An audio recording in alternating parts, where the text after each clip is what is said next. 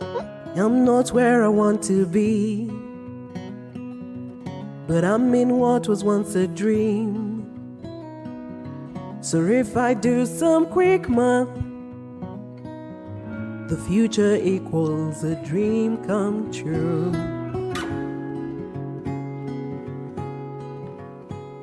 Since 1992, In All Honesty, a podcast by OLAVEORAWO. Hello, welcome to another episode of the In All Honesty podcast. My fabulous name is OLAVEORAWO, and we are recording this episode at the Trio Media Studios, that is in Chandarana Building, Lavington, Nairobi, Kenya. I keep telling you, if you're a starter podcaster, the rates are good for your pocket, and it's a very cozy space that you will really, really like. And today in studio, I have a full house. I thought the friendship episode was a full house. Well, the life said, hold my beer. And today I have a full house here at the In All Honesty podcast. Today we'll be discussing loss and grief. Or did I start with an app? So I have to come back to the topic. So today we are discussing loss. Come on now. I'm discussing loss and grief, and I have a full house. I'll just go around and see. You can introduce yourself as you'd like to be known. Men first. My name is. Want to trigger everyone in the room. I don't have to go first. My name is Austine Arnold. They always do, to be fair. I'm an advocate. My name is Austine Arnold. I'm an advocate of the High Court of Kenya. Yes. And also a self-published author of a book on grief called Candle in the Wind. We are grateful for that book. Thank you. Aggie. My name is Agnes Opondo. I'm an A&R and an entertainment writer, and super excited to be here. Thank you for coming. Hi guys, Ingashian, content creator. My pages are The Career Whisperer, shameless plug. And I also help startups and other companies grow faster. That's what I do for a living. Okay. Thank you. My name is Marylize Biubwa. I'm a human rights activist and defender, also a radical feminist, founder of the Queer Republic, the organization, and a human being going through life and grieving. Thank you so much for coming, guys. It's usually such an honor to have people in studio to take their time and to come. So what usually happens is I put out a prompt on my socials, and usually I get responses from people. So that's what helps us as talking points. And I'm going to read some of the responses that we got, and it just becomes a conversation from there on. Live feedback. If you relate to it, if an opinion you have about it. So yeah, let's get to it. Loss and grief. So I asked people if they have experience with loss or grief and how did they go through it. So someone told me, sometimes something as small as a random man saying hi to me triggers the grief. Honestly, if someone has never experienced grief, they can't comprehend it. At least I didn't until it came knocking on the door. So that's one of the points I think I made in the prompt, where you don't know how to react. You don't know how you'll react to grief until it gets, to loss until it gets here. So is that something familiar? Did any of you think you'd react the way you reacted? Maybe we can start with how we reacted. How did you react? And what was the story? You can. Yeah. I can go first. Is that okay? Sure. So I think I lost my father 2 years ago, and that was the first time I went through grief with a very, very close person. My father and I were very, very close, and his death was also untimely. It was sudden. And one thing that I didn't expect, so I obviously, the weeping, the crying, the sadness, I think that's like when you hear grief, you expect to be sad and to cry and to weep. Yeah. I didn't expect the separation anxiety I had with my loved ones. And in the smallest things, like if you came to visit me when you were leaving, that was a trigger. Like if you were going back home, that was a trigger. And I would go into panic attack mode. I would like throw a tantrum, and I was living alone at the time. But I didn't expect that. That like the anxiety of anyone leaving, even for the smallest things, was something I. And do you realize that's what it is at the moment when you're going through it? No. So at the moment, I just think I'm being childish and petty and unreasonable. It took several instances of literally rolling on the floor and literally rolling on the floor in anguish of like, why do I feel it so deeply that you're going back home? You know, like you should be able, you have visited me many times and you've gone back home, but like, why is it so deep? So it took several instances to be like, oh, wait, and therapy to be like, wait, that's just the separation. It's the grief. It's part of the grief. Okay. Should I read the next one or? I think for me, in response to that, I think there's certain unique identifiers to grief sometimes that you do not know that, will come at the end. So that, for example, I also lost my dad in 2017, and he had a very hearty laugh. So sometimes when I'd hang out with my friends and somebody would have, would laugh in a certain way, then it would trigger that, sort of for me. Yeah. So just in response to that. Yeah. You haujui, you don't what know where it comes yes, from. yes. Random. So it's a very random feeling. Maybe even 5. Even now, there's a way if somebody laughs and I'm in the room, then I remember how. Yeah. Yes. Used to laugh. The way she said, sometimes Very it's random. by just a random man saying Yes. hi. Yes. Yeah. Mine actually is my dad liked seeing us happy. So I lost my father like, is it 6 years ago? And he was always, my dad was a cartoon, he was a clown, always cheering people up. Some people tell me I took after him in a way. So I always wanted to see my siblings and my mom happy. So I was now trying to be a clown, entertain them the whole time. And sometimes I'd overdo it because I don't want to see them cry. And every time we would sit down and talk about our father and we start crying, I'd be like, guys, you're supposed to be laughing. Dad loved seeing us happy. I think I still do it to date, but it's reducing with time. But at that time, I was doing the most. Honestly, I was in every meme page trying to send it to my siblings and make them happy because I felt like now Dad is not there to cheer us up because he had really funny stories. He used to exaggerate things and you would die of laughter. So I think that's how my reaction was to it. Also, do you feel like being the firstborn made that more intense for you? Like I had to step into. Definitely. Being the eldest daughter, I felt, I have to just do something. And people are like, oh, every time, in fact, when I meet my dad's siblings, they'd be like, oh, you remind us of our brother. So I'm like, I'm literally my dad in a female form. So I need to, So it sort of puts that pressure on. It was a lot of pressure.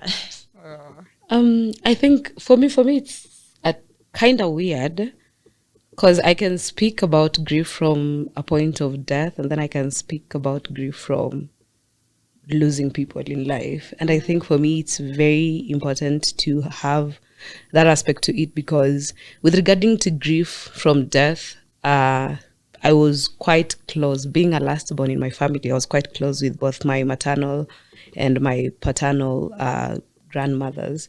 And my maternal grandmother died when I was quite young. It was 1996. I remember it was holiday time. We were here in Nairobi, and then most of the family had gone to Shags. And then the day they're supposed to come back on 3rd of January, they came back, and I remember I had chicken pox. I don't know why kids get those things, but it was truly 1996. Yeah, it was really 1996, and I had chicken pox. And I remember that morning, some of my uncles and their families came back, but randomly, because I was with my sister in the house, and then of course the rest of the family had traveled to Shags. So he just comes and then he stands at the door, and then he looks exhausted, which to me as a child, it was like, this guy has been traveling the whole day. Kumbe was coming to tell us my grandma had died. And I think that was also the first time I saw a dead body, because I remember the day we traveled to go bury my shosho. It's the day where people have these weird, interesting cultures of having the body sleep in the house the day before burial. So it was just there, and I have never, the comprehension of having lost my grandma is something that came later in life, but I don't think that image has ever left. And then with my maternal grandma, she died when I was in high school. No, when I was supposed to be in high school, but I wasn't. And that's a story for another day altogether. But I think for me, it's the memories of her. If I was to say someone taught me everything that I am, including being a feminist and a human rights activist and a person who believes in general, the next person has every right to enjoy their existence as a human being. It's her. And remember, we would be kids, and the cultural things that people normally do in the house. Food has been served and people are seated, but somehow adults get entitled to enda uniletee maji, go bring me some drinking water and all that. And there's absolutely nothing wrong with that in retrospect, but in reality, it's eating time. If you feel like you're eating, you don't want to stand, why shouldn't the child not stand because they're eating as well? So my grandma would always tell the adults, if you don't bring your water before you start eating, you'll get water after you're done eating. And back then it was like, finally, because it felt like we were being bullied. But now that you're grown, you realize, absolutely, everyone deserves to sit calmly and patiently and just like have that peaceful moment in which you are eating your food and no one disturbs. And so when she died and I wasn't home, and for her, I couldn't even be able to attend her burial. Like I said, it's a whole story altogether. The complicatedness of it is until today, I have moments where I hear her calling me. Yeah, and it's weird, it's interesting, but it also, whenever she does, there's no time she's ever come to me and she's not smiling. So I don't know what that means, but I know with her, it sort of gives me some sort of comfort. And so whenever I see people that I feel like people are smiling and all that, sometimes it occurs to me as though it's her. I love seeing happiness in people, even in myself, because of her. But that is the aspect of death. And then the death that hit me, but I also didn't know what to do with those emotions, was my sister's death. She died in 2021. Now, the reason she died in the end of 2020. In December. The reason I say I don't know how to resonate with that, and the reason I was speaking about grief when people die and grief when people are alive, is because as a queer person, having come out, I lost my family when I came out. And I think that's, grief itself is lonely, because when my sister died, I did not know how to deal with the emotions.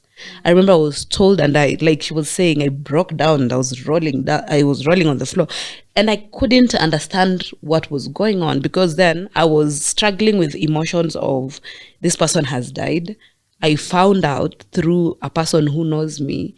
And you see, when people die and you're sent messages, your friend has died, or your family member has died, or someone has died and we are fundraising for this and this. So this friend gets this message, and then she calls me, and I'm going about my business.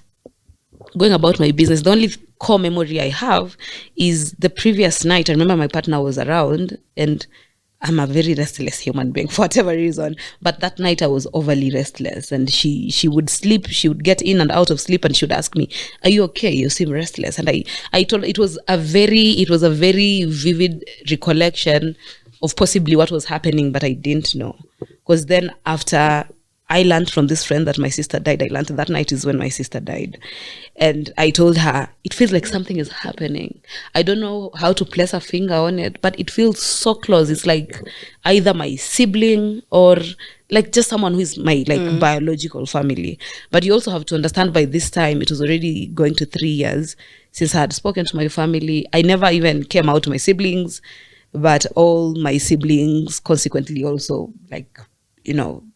disconnected with me and stopped talking to me because I'm a queer person and all that. And so it was such a complicated emotion to process. And until today, there are moments of sadness I feel when I see something that reminds me of her, because she's like my firstborn sister, and then I'm the lastborn. I don't want to say we had a bond. I don't want to say like every firstborn says they have a bond with their lastborn. Not necessarily, but like there's that thing of knowing this is a person who you've known your whole life, and then everything probably that you became as a girl is everything that she was, and all that kind of stuff.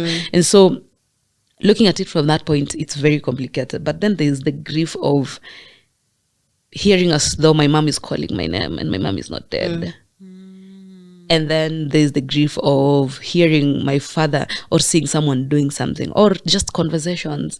Mostly it's when you're seated with people and they're talking about their families, and people are like, or just your friends. And I love that for my friends, especially my queer friends, because it's rare to find queer people with functional relationships with their parents, right? So like, it's a thing you love hearing, but it's also a very frustrating thing in general. You hear someone saying, hey, me, I have to call my mom, she has to tell me, or like, even, you know, during holidays where everyone and their ancestors is talking about their families, and you're there and you're like, you understand it, and it's a beautiful thing, but also it's not a reality for you. So I feel like I struggle. I have figured out ways to cope. I mean, truly so, as any human being would have to.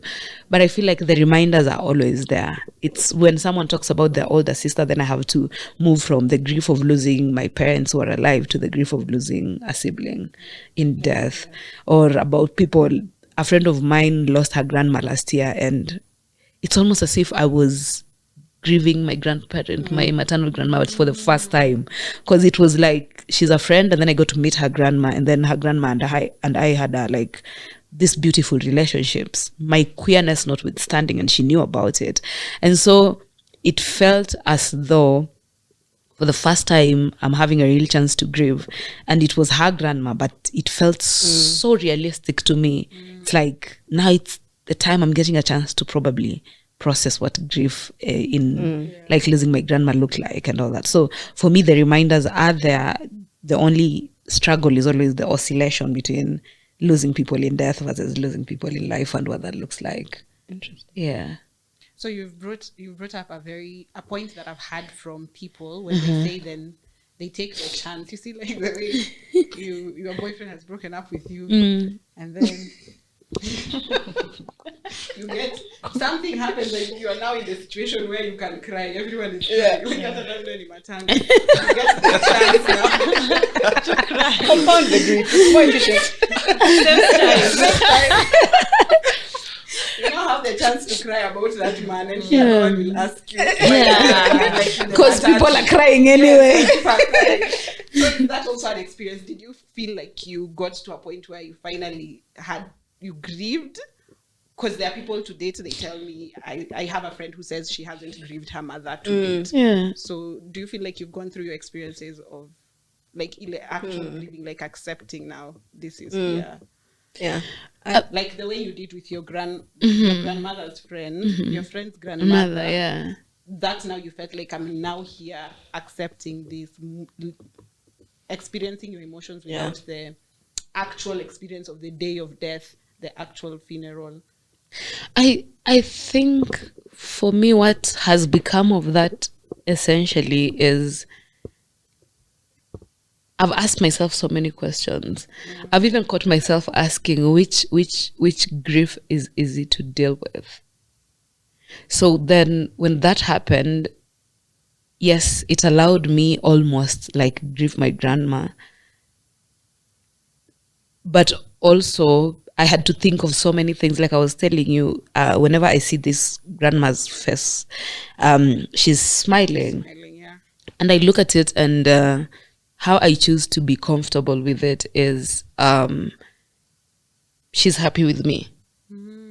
Because there's a lot of conflicted emotions through grieving, losing my parents especially, that comes with, was I even good enough of a child?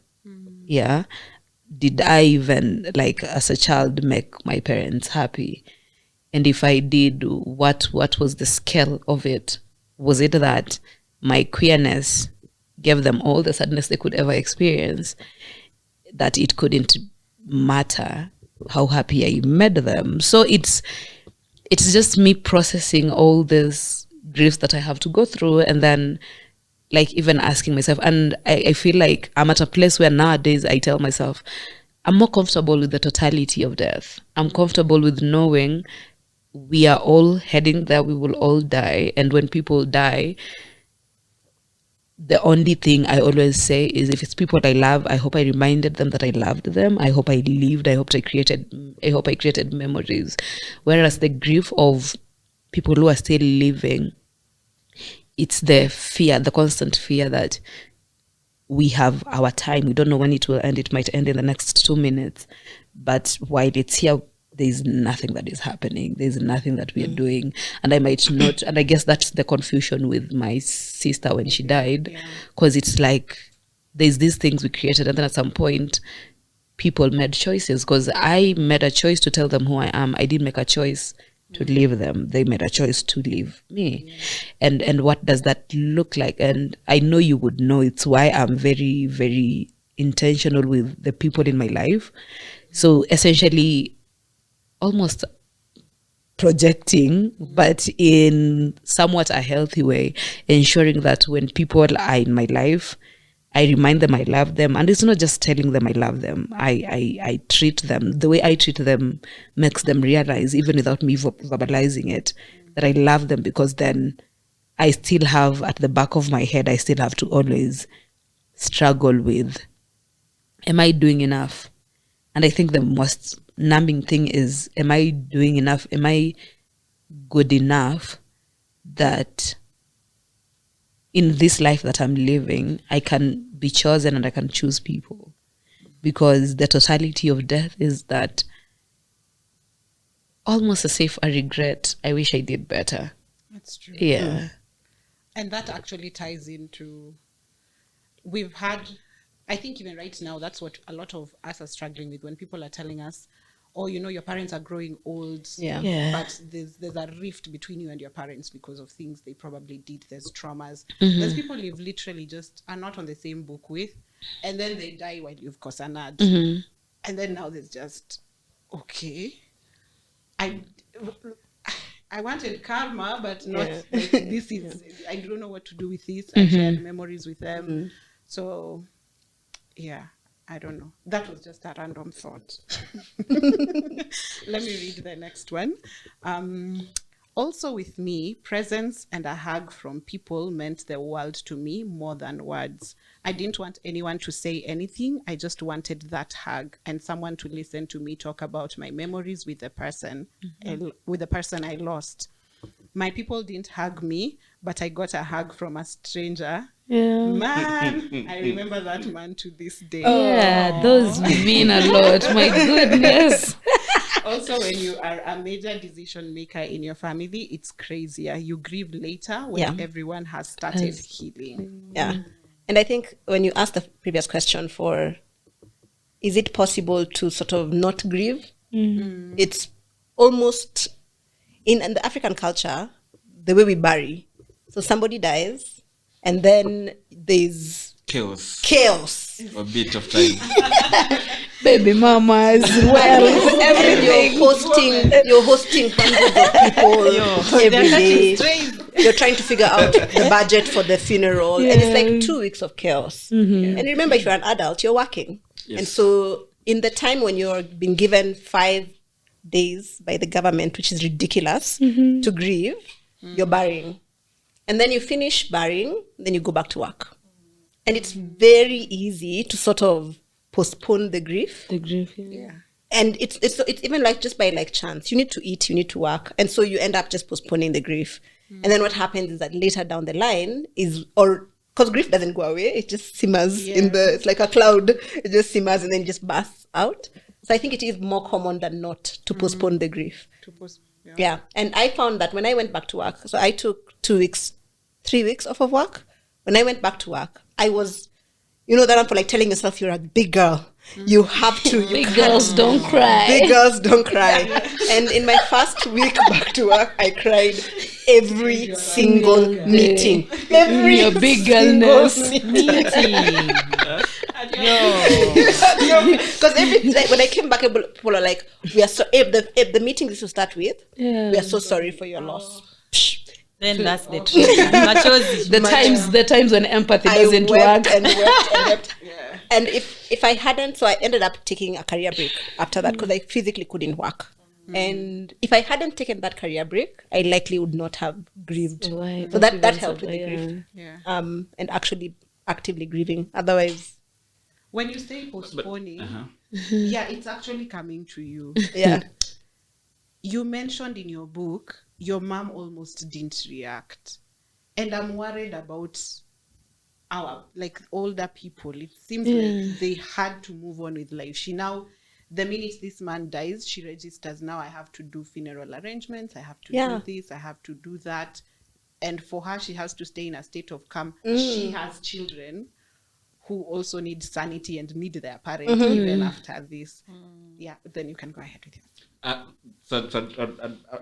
want to talk about that, but also before, I think several years later, what I've come to learn is that we also need to cut people, some slack, because when grief happens, generally people don't know how to deal with it, especially people who've not gone through it. And so when you find people telling you, we're praying for you, be comforted, they don't make sense to somebody who's going through it. And they also don't know how to console you. But see, they don't know, they want to tell you something, but they genuinely... Call that the one for like, it's God's will.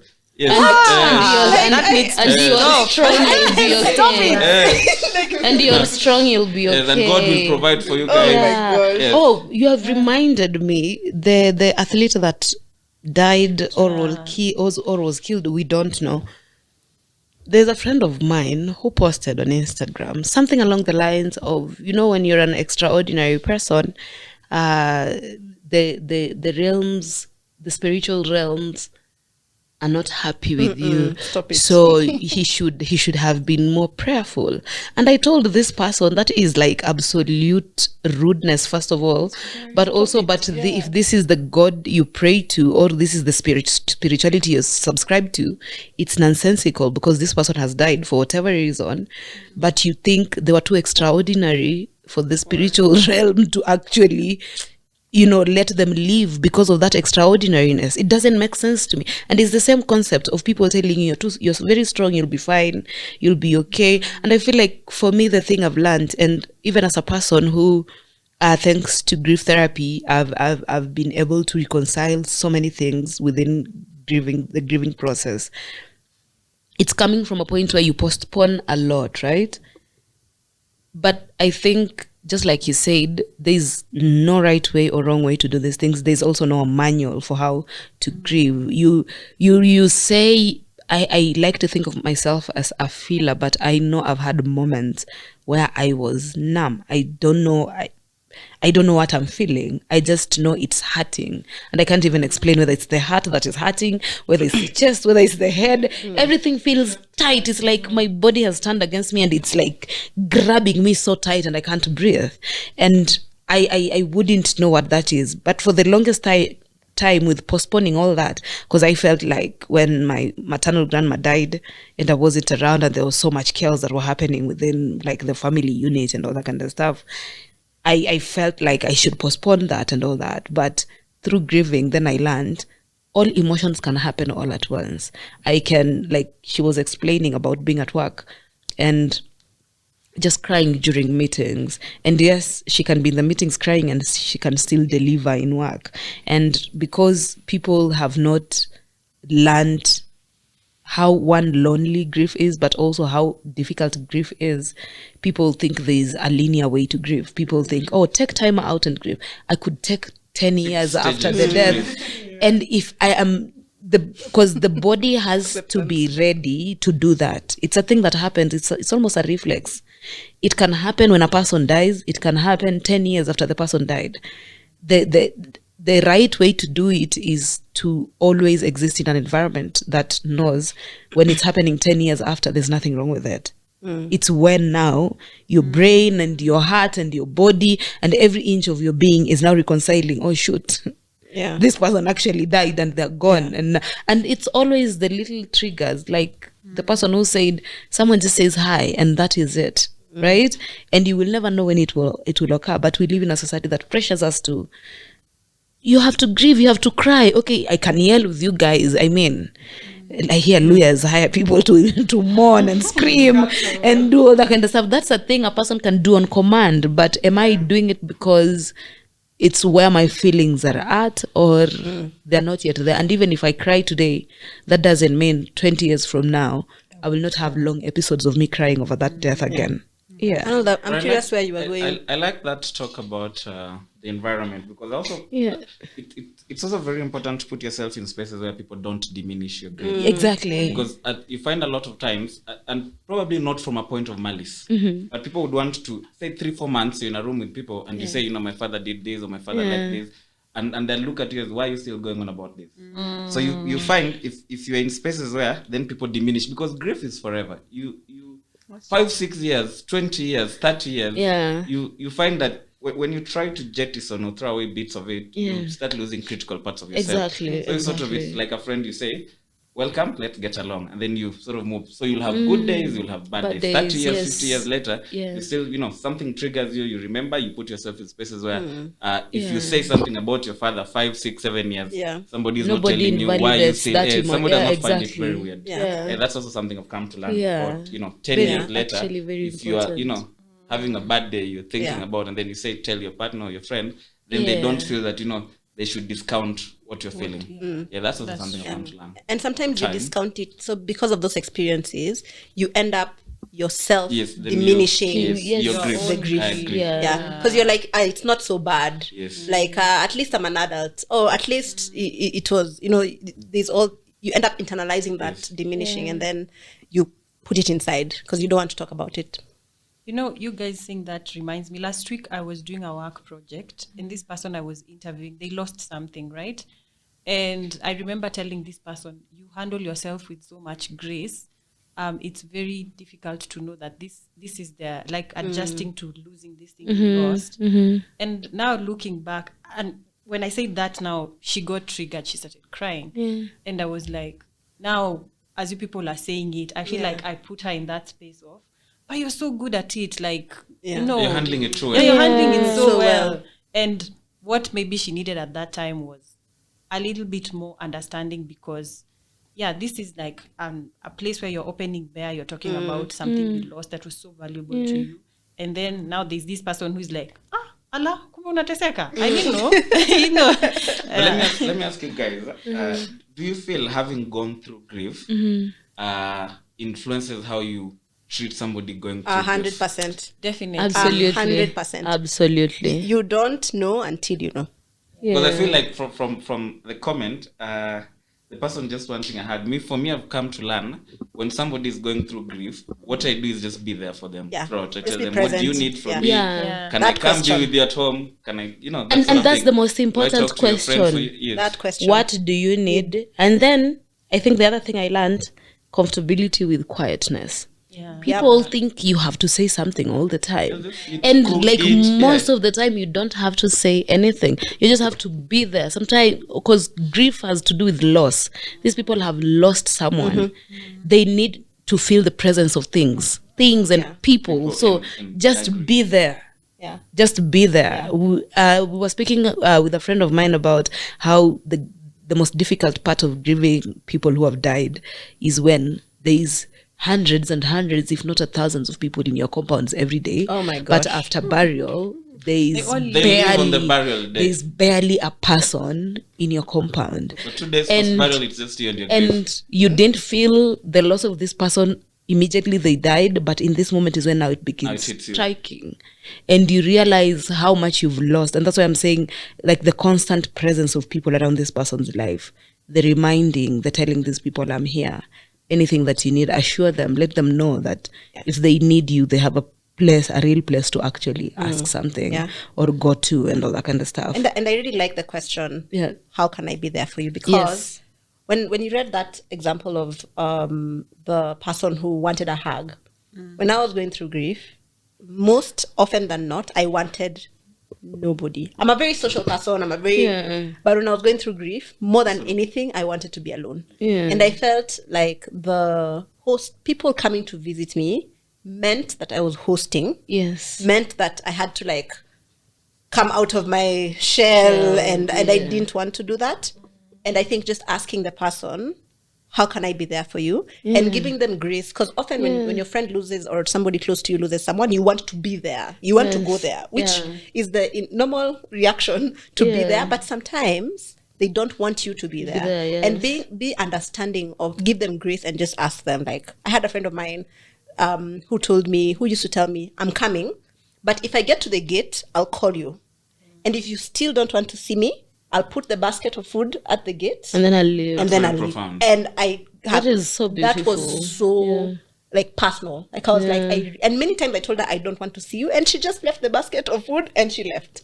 And that friendship is now very, very, very close because of how much grace I was offered to just be, even when I didn't want to see anyone.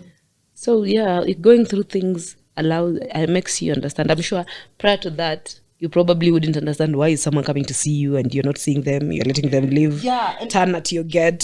It's almost as if people, that's not African, like, it doesn't matter. My feelings are not even African either. They're just here, I don't know where they're coming from.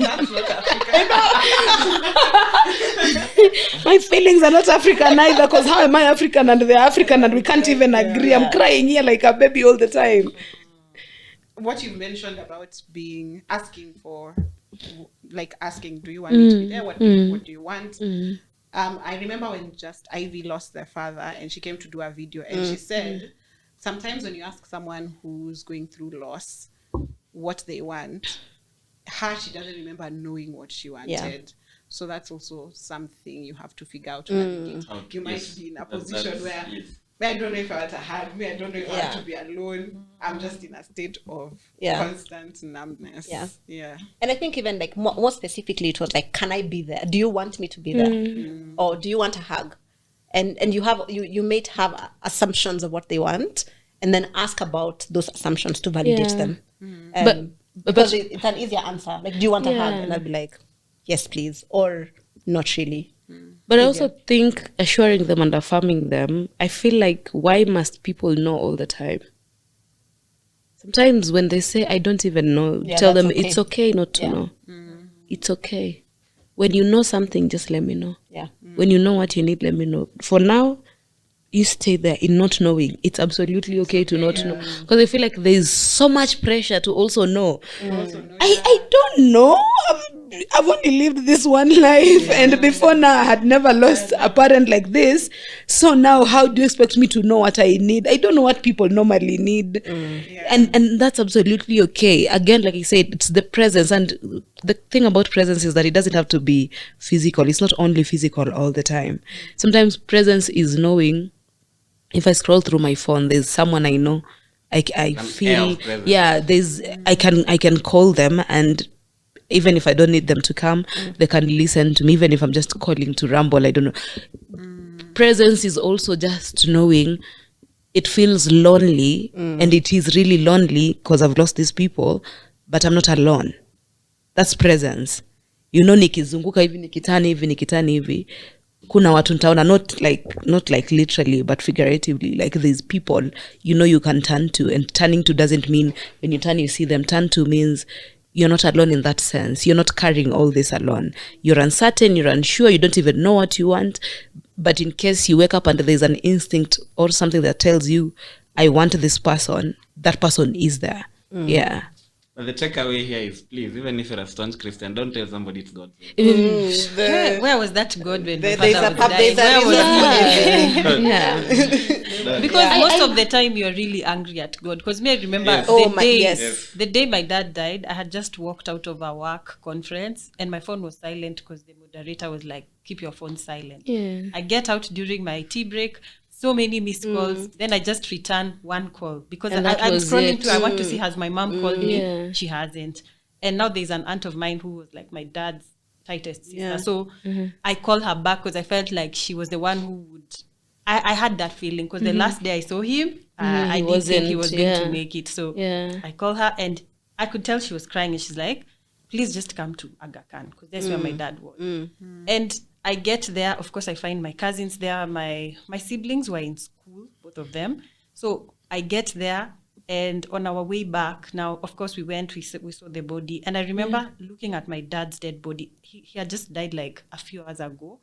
So I looked at him and I was like, this guy is sleeping. You guys, like me, always denial is usually my first reaction. Because I could even see like he's smiling, because there's this thing my dad used to do when we were kids. You'd go to, like the way you go and tell him, you tell mom, hatuna mkate. Then she's like, go and ask your dad. So we go to dad, and then he pretends to be asleep in the morning. Now he's like, anajifanya nikaa na ngorota.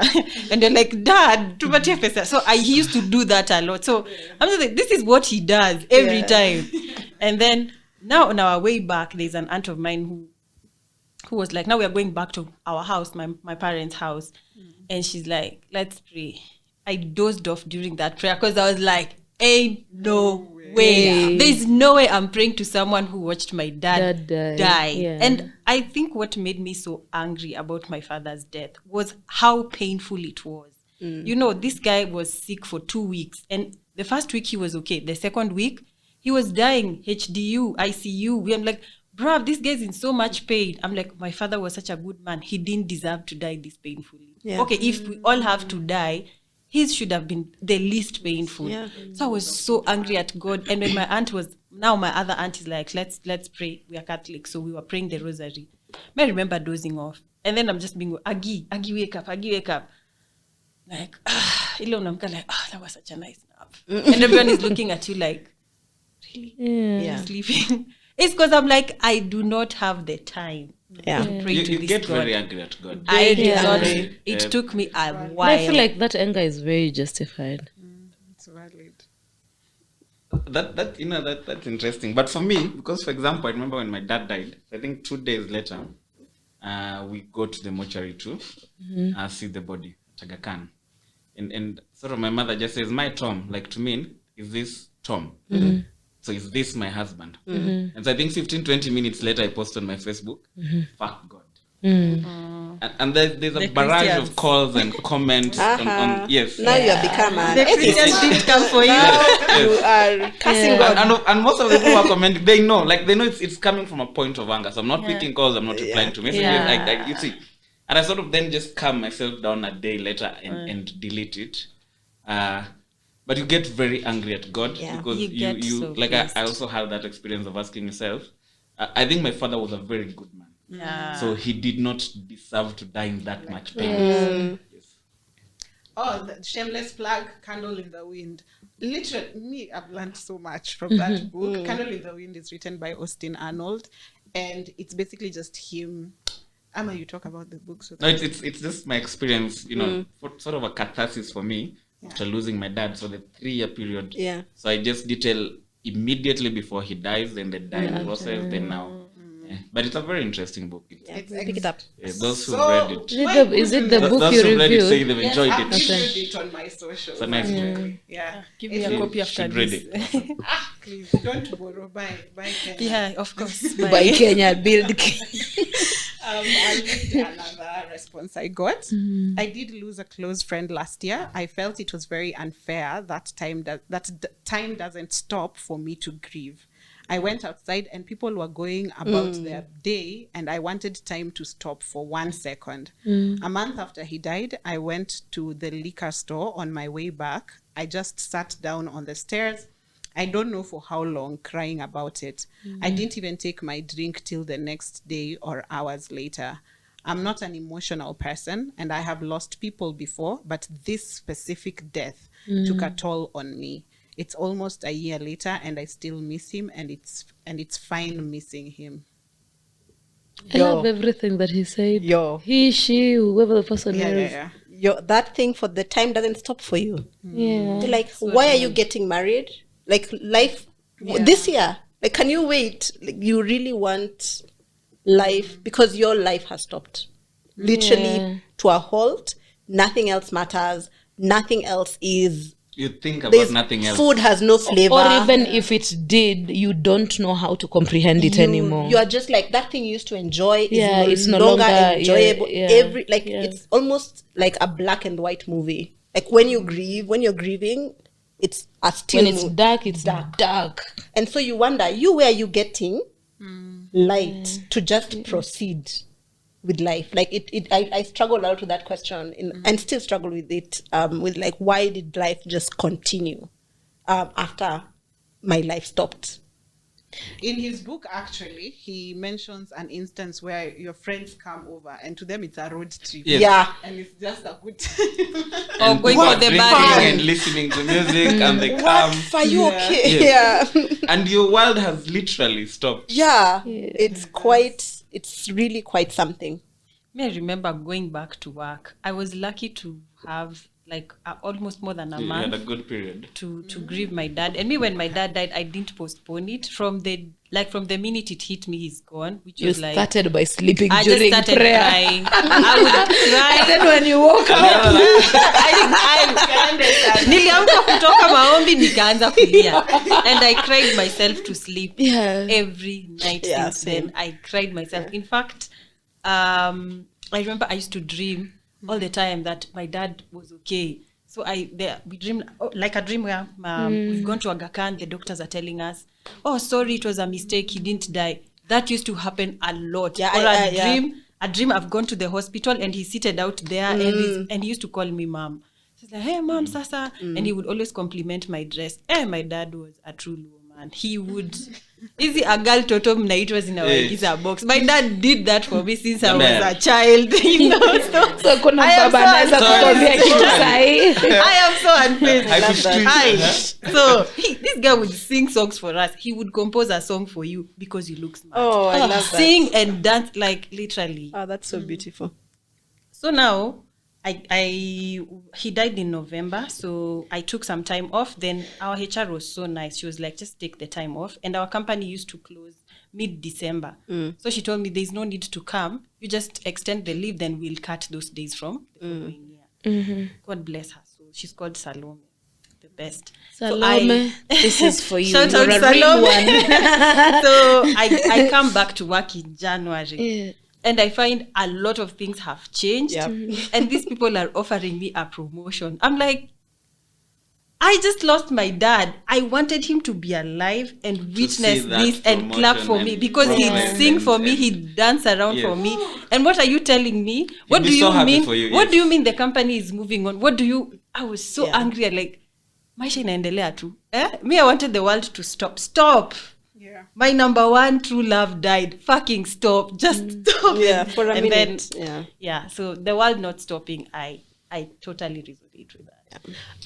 Let me ask you, do you, as somebody who's not lost somebody very close, if you imagine the closest person to you, do you imagine how you'd react if they passed on? I'm actually interested in your answer, Have you ever, considering like, how is it aloof you something can you've- be as a human Is this something being. you've ever thought about, dreamt about? Yes. Considering how aloof Olive can be, like Olive can just be That's what people think. And you said you're very social. Yeah. And at that time you wanted Your own Close space. yourself. Yeah. I'm very what is it called? I'm very avoidant, very independent. Yeah. I like being by myself all the time. I have a very interesting analogy of you. Yeah. I think you're a very emotional human being. But I am. I don't You hide just aren't keen You to mask be it. hurt by people. You aren't keen to be hurt by people. You see the way we just go through life and we're out here either loving or going through life experiences and we're like, that happened, it was bad, but now move on. Olive just looks at people and they're like, me, the way I'm built, nikupatia to a real life chance and you look like you're just gonna character develop me for no reason at And all. you're Bran. Yoruba man. You're a Luo called Bran. Yes, imagine. Forget it. It's not I my feel portion. like, being that you're a very logical person, which I am, I tend to see that perspective of you and I'm like, okay, you go about life, my dear, it's fine. I think it's I tell people I don't have a gray, I have black and white. I can't register social cues like that or emotions. You have to tell me exactly what you want from me, so I can be able to offer it. And I think for now, with your question, I think my worst fear is my parents, because I don't know how to process that. Like I was reading your book and then the way you described your dad and Agie's dad, actually, it's I don't know if it's now Luo fathers, it's such a reflection of who my dad is. The first time I saw my dad take a Panadol, I was this old. I was very old, and I was like, "Kwani men fall sick?" This man is the epitome of strength, good health. stress. Yeah. So when I was reading your book and I was thinking, he can't be reduced to this, I was just like, I don't know, guys. I don't know. And I find myself in moments where I hope I go before. Me too. I hope because Zulu says that parents are time bomb. Yeah. Because someday they'll die. They will. Yeah. Yeah. And for your parents, it's the complete inverse, right? Like losing a child is, they say, the worst. Same feeling, but now for them. Yeah. I really would not know. And I remember in primary school, the person, not the headmaster, that second person was that one. She was Mrs. Ogola. She was a very classy woman, always in heels. And then she had a very small frame. She was very graceful. Like she was so classy. I was like, why is she a teacher? She just looked like a queen. And now her dad died. And as we were thinking, you are old. I mean, but then she came back and she told us something that has never left me. She said, it doesn't matter how old you are. When your parent dies, you will roll on the floor. She told us, you should have seen me rolling on the ground. You didn't know it's Mrs. Ogola. And I think I just never thought about it until now that I'm looking back and I'm like, yeah, that would have been a sight. Yeah. So, yeah. And that's very true, because also when I lost my grandmother, and she was 95, sort of really old, frail, had been sick for a very long time. And I imagined my mother, who is maybe 58, 59, would deal with it any better. She still rolled on the floor. Yeah. The parents. Yeah. And I think that is one of the things for me that through my journey I don't say become comfortable with, but I've learned to accept. Which is why also I'm big on the here and the now. I'm an introverted extrovert, but my the way I lead in life is that moment I have with that person there is what matters the most, whichever person it is. However I will treat you there and then is what matters the most, because many possible things can happen. But amongst many possible things that could happen, death is one of them. And so, like, as a person who doesn't even... And I feel like grief also has... The way we were saying, don't tell people. There's a reason, God knows better and all that kind of stuff. As an unreligious person, but also as an unbelieving person, because I feel like there's always pressure. If you're not religious, then what do you believe in? And for me... If I was so you're non-religious, non-believing. Yes. If I was to say there's a system that's another topic we should discuss. Yeah, altogether. That if I was to have a belief system altogether, I feel like, and this is going through my moments of dealing with grief and all that, I feel like as human beings, we do a very shady job of believing in us here and now. Like, we are here, but I want to know you better for me to see where I'll place you. I want to know her better to see what I'll think about her. I want to know what she does for me to consider whether she's an important person or not. I want to know whether, and I'm going to use a very, this is going to fall. I want to know who Olive is dating. Yeah, we all know. I want to know who Olive is dating for me to gauge how I will interact with Olive and all that kind of stuff. And we focus on all those things so much, we forget. Before all those things, who is Olive? A human being. Who are you? You're a human being. You're a human being. So if I was to have a belief system, how about human beings having an ounce of belief in who they are? And then in what other people are, because other people are also like you. They are human beings. In the very least, that's the only similarity we have as human beings. We are all human, but we do a shady job at that. So then we have to focus on these things. Like, even as we were talking, it's very easy for us to say, my father was a good man. He didn't deserve to die. But do you know all human beings are good people? Yes. In essence. Yes. Because even when a thief dies, have you ever attended a burial of a thief who was known the whole village? But when he dies, the eulogy is very dotted and decorated. You're like, dude, Yeah, remember the you good part. snatched 2 phones twice from me. You didn't see that meme though. There's someone was making fun of the size of someone's ass, and they're like, uko na haga ndogo kama eulogy. That is funny. Brief kama eulogy. Wow. Yeah. But don't you think living like that then puts that pressure of the fear of loss? Like, for example, that say if you're with a partner, you constantly have that fear of, even if not death, that you'd lose them. I don't have I kwanza ikikuja kwa relationships, I think also grieving in general has taught me that I feel like even as human beings, even grieving relationships, which is also okay, I feel like everything we go into life with, because of how much of a bad job we do with relating to other people, we think we live in a world that has taught us to possess and own. And what I've learned from grief is love is freeing. When you love people, you free them. And that's where probably the point where I arrived at being comfortable with the totality of death. Like, things die, people die. And dying can be literal, can also be figurative. Because the alternative of losing that relationship would be what? Staying and trying. And it working out.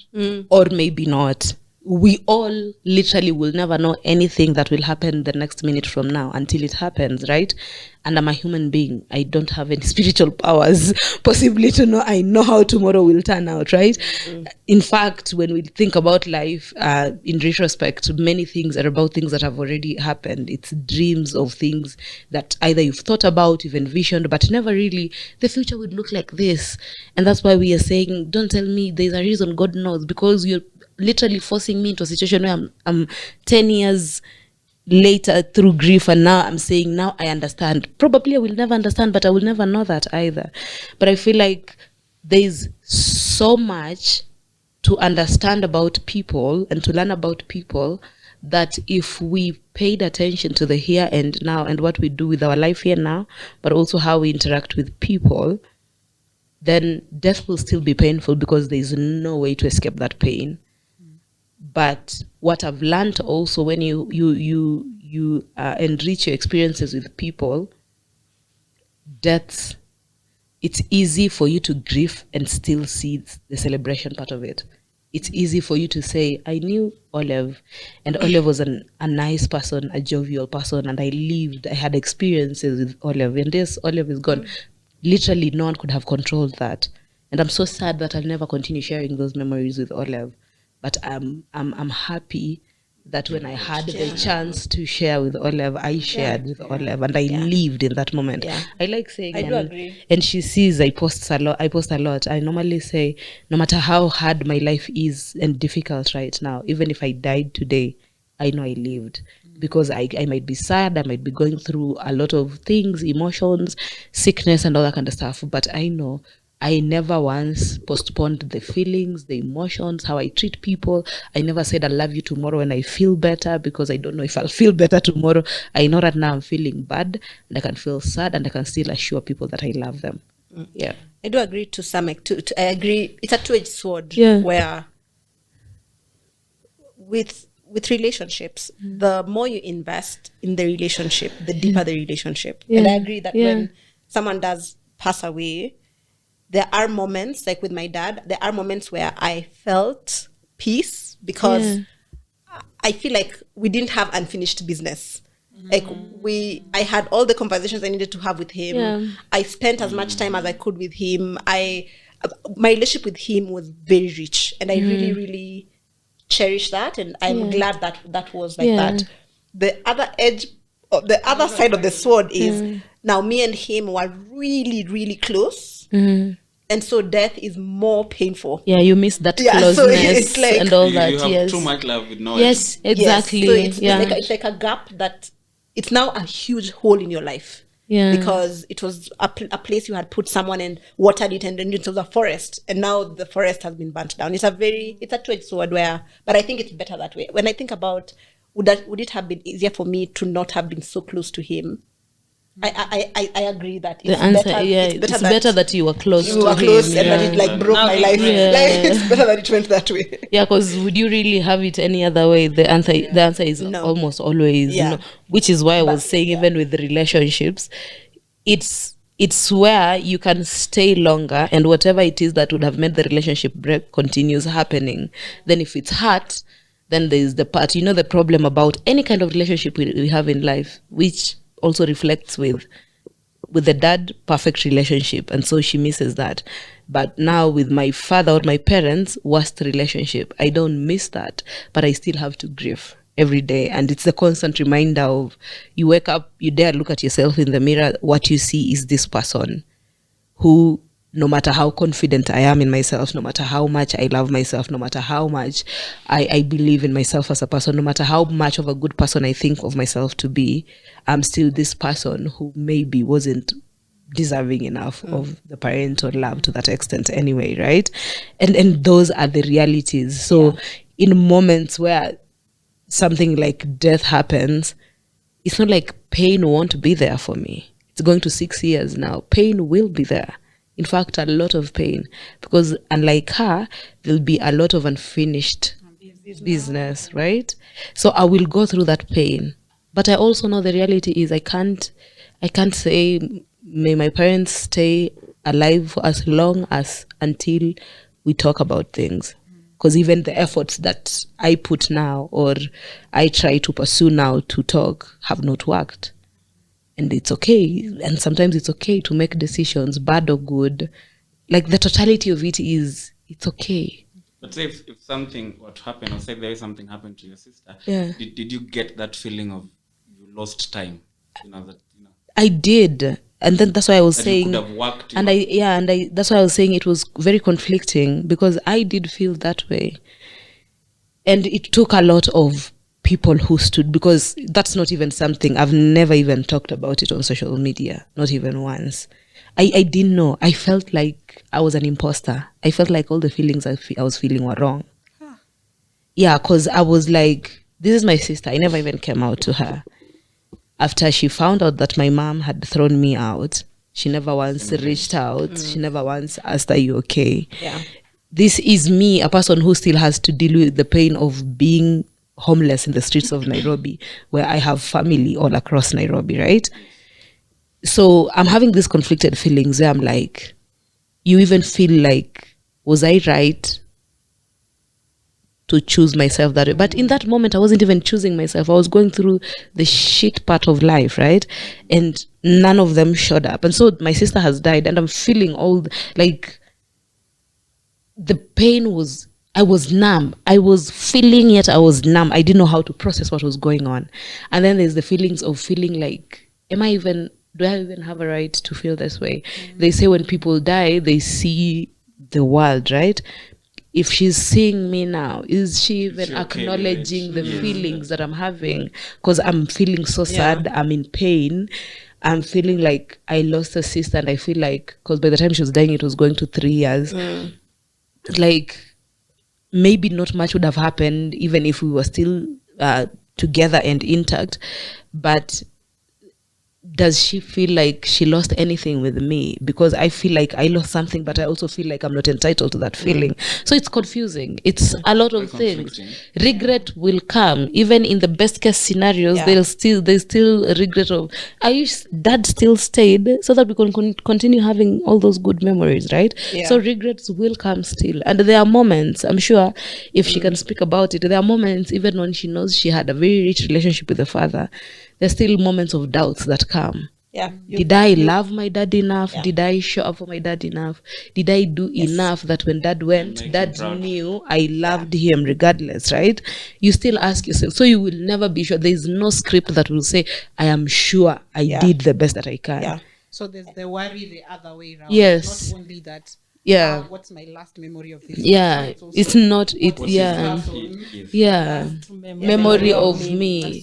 And the way she said, I don't know whether you guys have experienced this, but what more often than not, when you're making a major decision, or like when you're going through a major transition, like with the work thing, you often ask yourself, like it's subconscious, but you often find yourself in a moment where you're like, what would he think? You know, what would they, is this something that they would approve of? And you know, you can't really know for sure. You can create hypotheses, and, but there's always that, like, what would they think? That you'll always question, even when you had a good relationship, even when, constantly leading your life in a way. Me, you know, my sisters, all of them graduated after Dad died. I'm the only person who graduated when Dad was alive. My father was a teacher, so being a teacher's kid, especially a Luo teacher's kid, the pressure to do well in school, pressure gets worse. So every time, You guys are bonding on me. We're the ones who are here, like, whatever. You guys have a lot in common. We both parents, My teachers. grandma was a teacher, but my parents no. So my mom, on the other hand, was a civil servant. My mom is vibes and inshallah kind of person. Her, she was like, the grade you get is the grade you get, good for you. But my dad was, no, you have to get that A, especially on me. I feel like my siblings had it easier. Are you the first one? Yes. So each time all my siblings graduated, like last year, my sister who follows me, there's a course she took on teaching to just make her portfolio better. And I remember just saying, I wish Dad was here every time, because I'm like, I know he'd be dancing around, he'd be singing He'd be the proudest songs. man And sometimes alive. we'd even get embarrassed of his songs, but now I look back and I'm like, how I wish I wish he'd just be here to sing for me those two silly, and they were very silly, very stupid lyrics, and he was so happy annoying you with his songs. So every time even I've achieved something, I'm like, if Dad was here, you feel happy, and then you're like, Dad isn't here. That really sucks. I have a question for you guys. When you're going through grief, and I am the youngest in grief, it seems.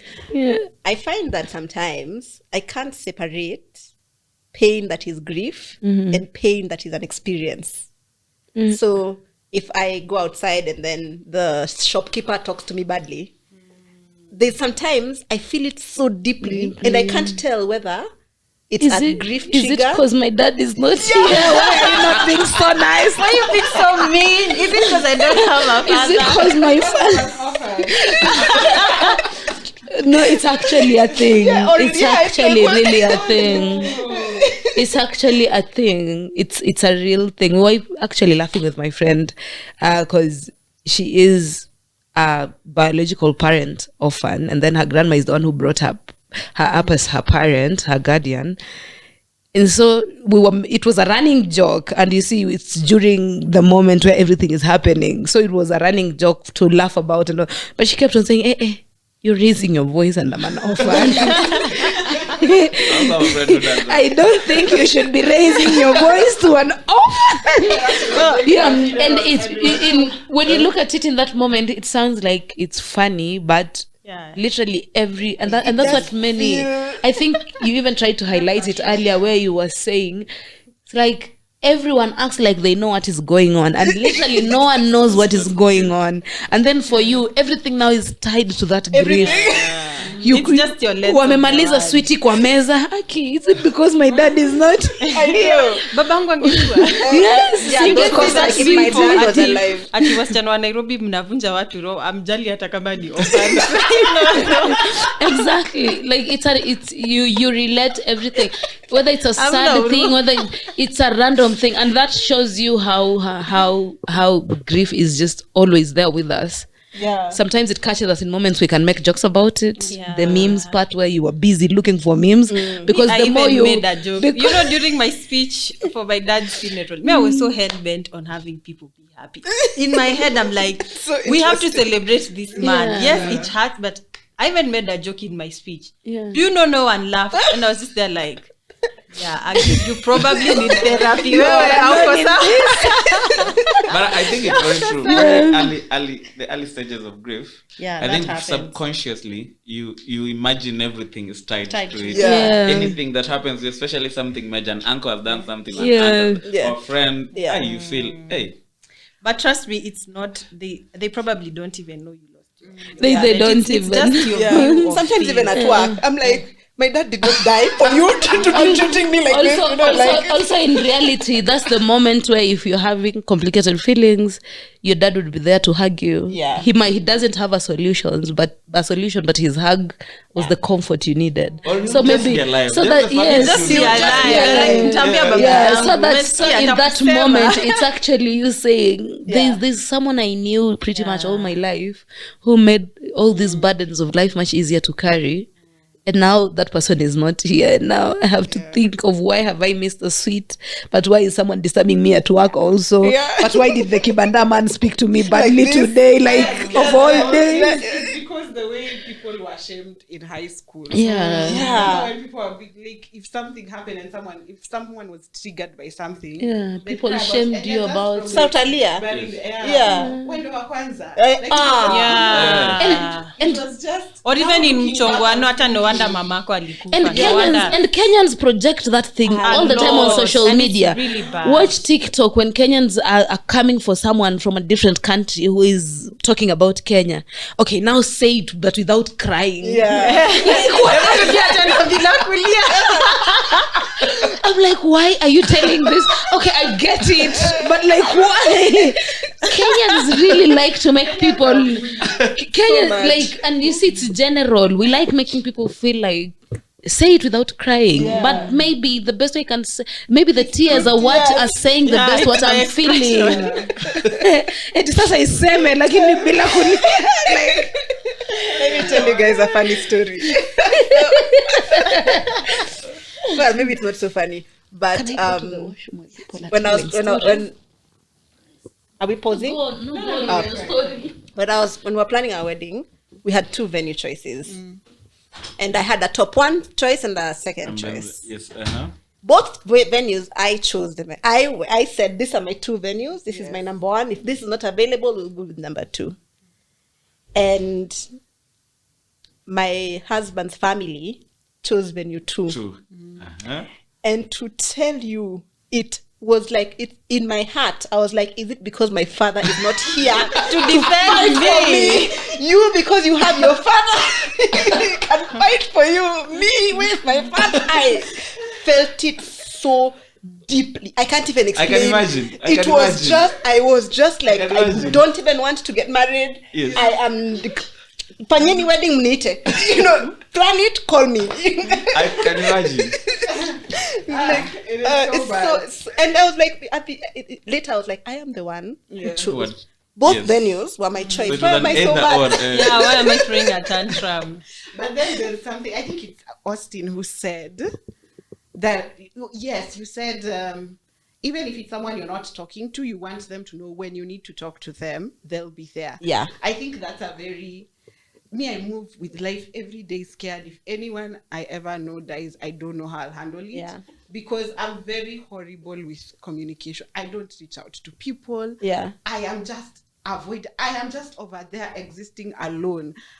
But there's usually the comfort of, if I call, they'll there. Pick. And it was just the other day, I clear my cache every day and like text and whatever. And so at the bottom, just Luoman activities. Okay. That's a very nice answer. Mulifanyia nini ole? Tutamaliza. So I clear out my things, and I lost a friend last year. And for this period, this 1 year, her text has always, I've never deleted her thread. And it was just, it's weird for me because if I didn't talk to you every day, but when I texted, you responded. You were there to receive. You didn't even need to respond. I knew you'd read it. So I think for me then moving about life, just thinking, I'm not doing enough. I'm not doing enough for everyone around me. And sometimes it's overwhelming because I don't know how to do it. What more you can do. Yes. Yeah, I don't know what more I can do. Am I a bad person because I'm avoidant? So that is also something that's, I think my experience with that is, imagine you don't know until you know. It's one of those things for grief will change you.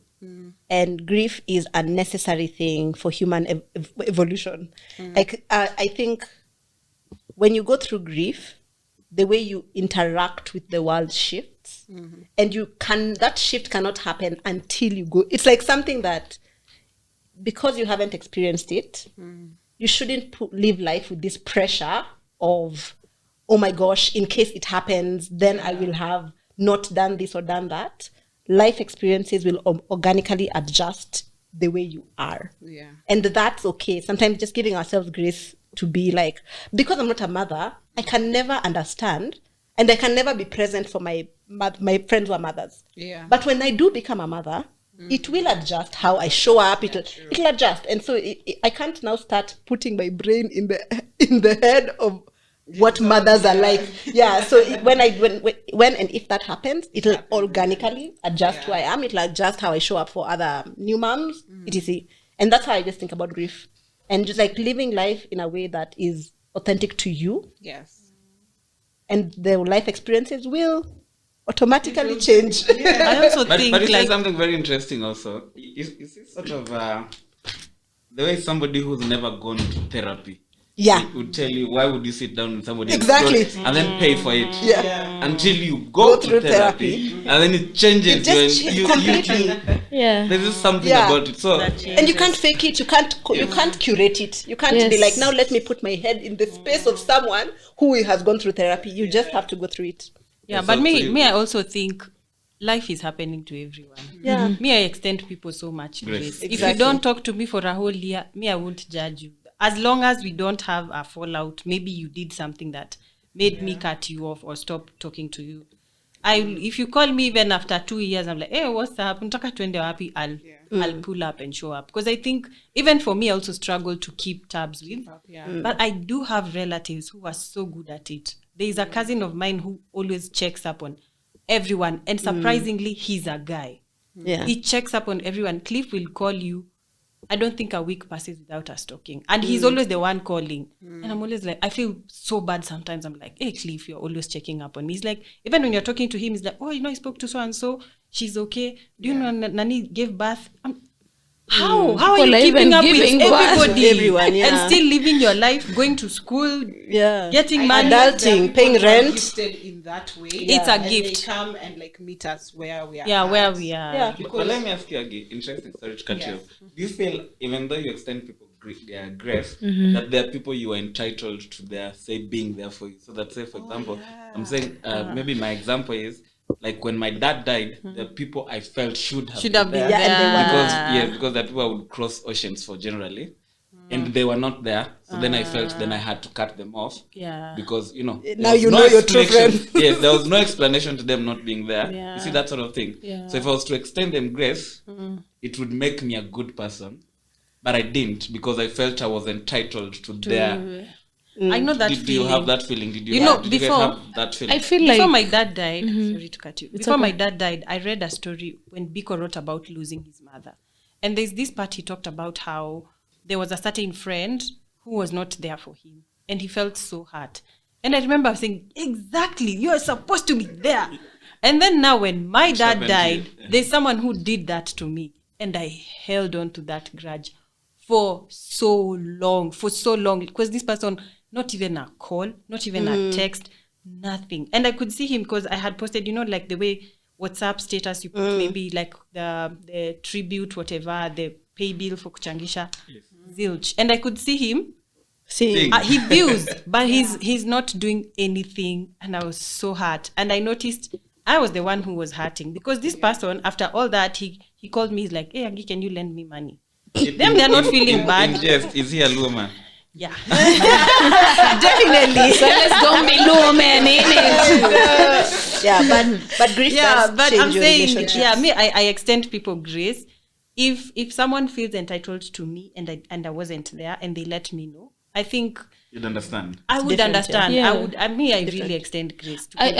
I also share those sentiments because I also feel like it's okay to have that entitlement. And it's not an entitlement because you did something for them. Let me clarify that because most of the time people think, oh, I'm entitled to Because I showed Olive up being for there her. for me because I was there for Olive. No, not that entitlement. It's the entitlement of, in this world, we foster different relationships, yeah? And look at that on air thing, now think of it as a circle. There's people who are the dot in the middle, and then there's the people who are on the first line, second line, third line. And it's human nature to build those kinds of relationships. Some people are close to you, some people are acquaintances you just know from work and all that kind of stuff. It's difficult for me to have an entitlement of a person I know in the line of work. They could end up being my dot in time of need, but that doesn't mean when I was going through all that, I was looking at them as that.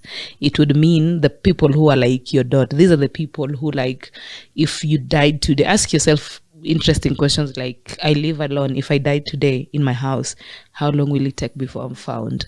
My dots will know. My dots will know it's been 12 years and I've not seen Marylize on social media. I've not talked to Marylize. Last time I talked to Marylize was not okay. They would know that because those are my dots. Those are people who are close to me. So that entitlement comes with, again, human beings. We are not an island. We are human beings. We are an extension of each other. So to assume as a human being you're working, knowing in case tragedy hits your home, you don't have a right to be entitled to support. It's crazy to think about, because literally even in your best days, you still need people around you.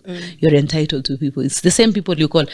Sasa bro, si twende 2 for the road before we get. If I can call you randomly for 2 for the road and you can drop everything and come, I can be entitled to when I need you in my point of need, my lowest moment, I'm entitled to that. So again, it has nothing to do with give and take, even though I do believe life has a lot to do with give and take, but it's more so, show me your people and I'll tell you who you are.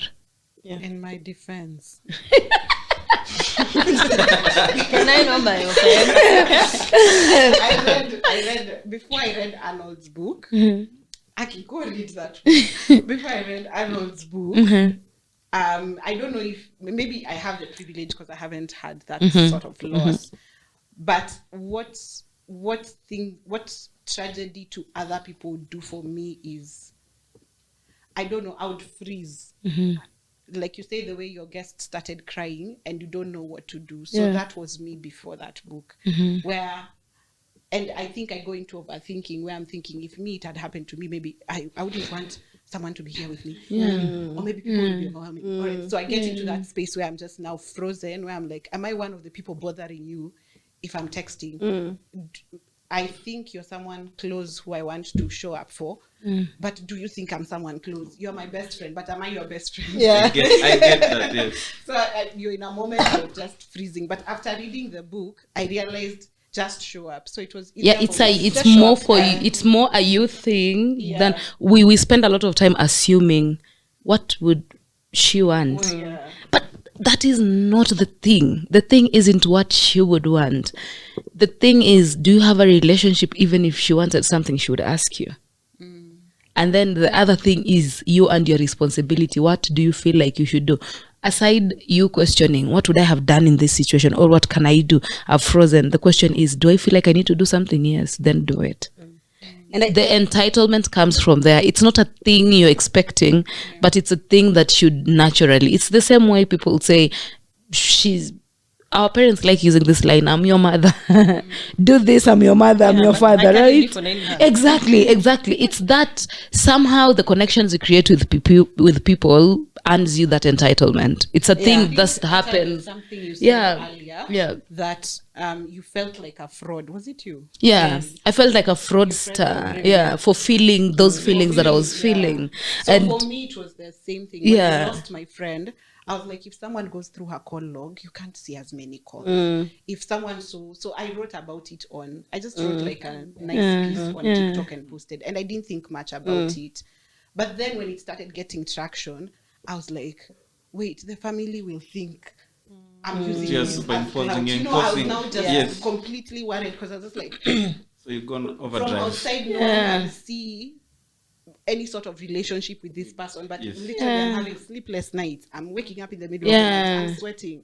This person's loss is affecting me in ways I do not know what this is, but I cannot justify why I'm feeling like this to people outside of me and that person. So I felt like a constant fraud. So maybe you've had a real experience with grief. You just thought it's over there. Yeah. Maybe not. The last thing was her replying to one of my stories, one of my memes, and I'm just like, I don't know. Yeah. But when now I'm seeing it on TikTok and it's gaining traction, I'm just like, I don't want people to feel like even the family has not even put out anything yet. You've grieved more than the family. I was just in a rough umesoga bare. Yeah. I think one thing we don't talk about, and that's a good, how lonely grief is. Yes. And it doesn't matter whether, like my family, my siblings, we lost the same father, but we had different grieving process. Yeah. And read the book. yes, it's like grief is personal and lonely, and you can't share it, and you can't empathize with it, and you can't. It's a very Even with intimate. blood. Yeah, one of my friends lost her child, and I grieved, and sometimes I was grieving, but I'm like, am I denying her the chance right to to grieve grieve her own child? But I felt like I had a personal, it's like a very. But grief is personal. It's lonely. It's between you and them, and nobody can take away your right to grieve, and nobody can take away your depth or how deeply or how painful it feels, because that's between you and them. Also, you can't compare grief. You can't be like you. It's not Your grief is stronger than mine. Yours, you can't compare grief. But this cheza speaking chini of that- kidogo punguza. Speaking of that, Uncle yako tulia. hata watoto wake hawalii. Yeah. But then speaking of now how different people handle it, my siblings, I think, and we were pretty much similar. We were crying and all that. I remember my small sister was really angry because dad died when she was in school. So the last time she saw her father was in the beginning of the term. So then we are coming to tell her, this guy can't come to pick you because dad used to pick her from school. So she's like, where is dad? He told me he'd be here the last time we spoke. Yeah. She never saw dad unwell. So she doesn't understand how he went from happy and jovial to dead, right? My other sister who follows me, she was also in school, but she'd come to the hospital sometimes and saw dad. Me and my mom, we had seen him from the day he was admitted, making people laugh, to the day he went to ICU. We saw everything. Now my father's siblings, it was a very interesting dynamic to watch because they were really grieving. And my dad comes from, the family is polygamous, 3 wives, but they are very close. Very, very close. You'd even be told that these kids are from 3 different wives and you wouldn't believe it. So I remember looking at my dad's siblings mourn him because he was like my dad was that person who gets along with everyone. So now the other day, when dad died, I used to have a blog, a creative blog where I'd post my shenanigans. I used to write. Yes. So, and I had a section very called... fun writer. Thank you. I had a section called Dear Sweet Old Man, where I'd write letters to my dad. So every time I'd write, I'd share it on my WhatsApp group with my cousins, and then my cousins would share it with their parents. Now, I didn't know that the parents were reading it. So me, I'd just write, and every time I meet my dad's eldest bro, he calls me Agita Press, because it was agita@wordpress.com. So he's like, Agita Press, kwa nini hujaandika? And now the other day, he asked me, I've not seen your blog posts in a while. And I'm like, oh, yeah, I stopped paying for the domain. For me, it's a creative, we start things and we stop. We are just like that. We're just... It had served its purpose. No longer... But for him, he was reading letters written to his siblings. So I remember telling him, then he's like, why? I'm like, now I have to get a reason. I tell him, I've not paid for the hosting fees. Then he's like, how much is it? I'm like, what?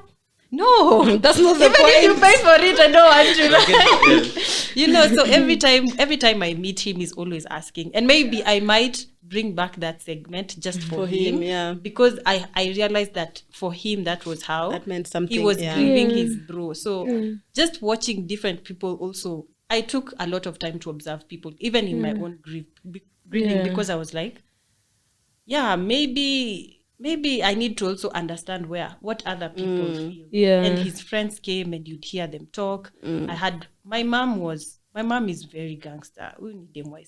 She never cries. She never has emotions. But I saw her cry for the first time when my dad died. But those are also the most emotional people. They've just figured Emotional out. gangsters. They've just figured out. Life is kinda easier to maneuver.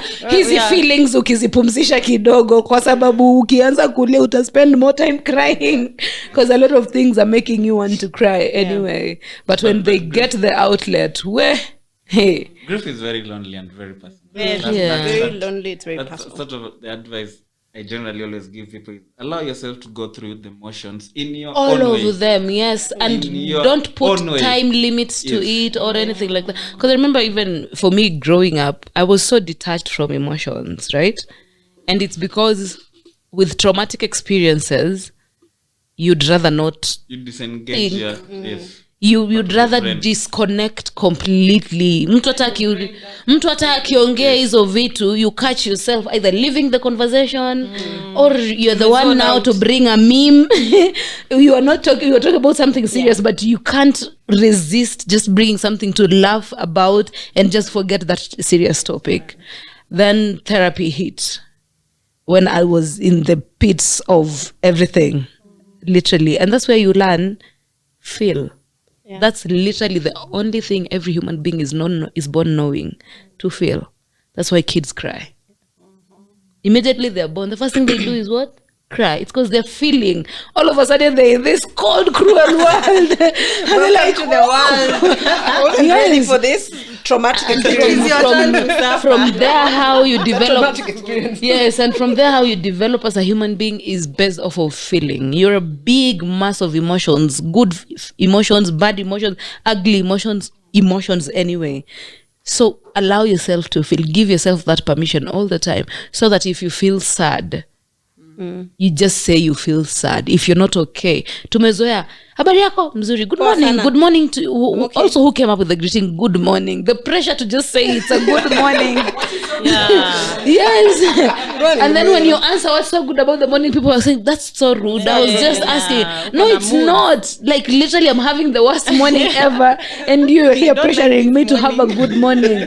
Like literally we move along feeling and it's very easy to postpone. It's very easy to postpone our feelings because, like she was saying, everyone is going through stuff. So it's very easy to say, "Oh, my stuff is not as complicated As the other as what she's person's. going on, so let me just like give her room to do that." No, her stuff can happen. Your stuff can happen. We can even just meet at different. They don't discount the other. Yes. And we're all going through different things. Mwingine ni job amefutwa, mwingine ni kulose, mtu amelose, mwingine ni girlfriend ama boyfriend amemwacha, mwingine like mwingine hata tu hakukula jana usiku. It's all things, but we just meet there and then we all just scream and yell, and then when we're done we go back home.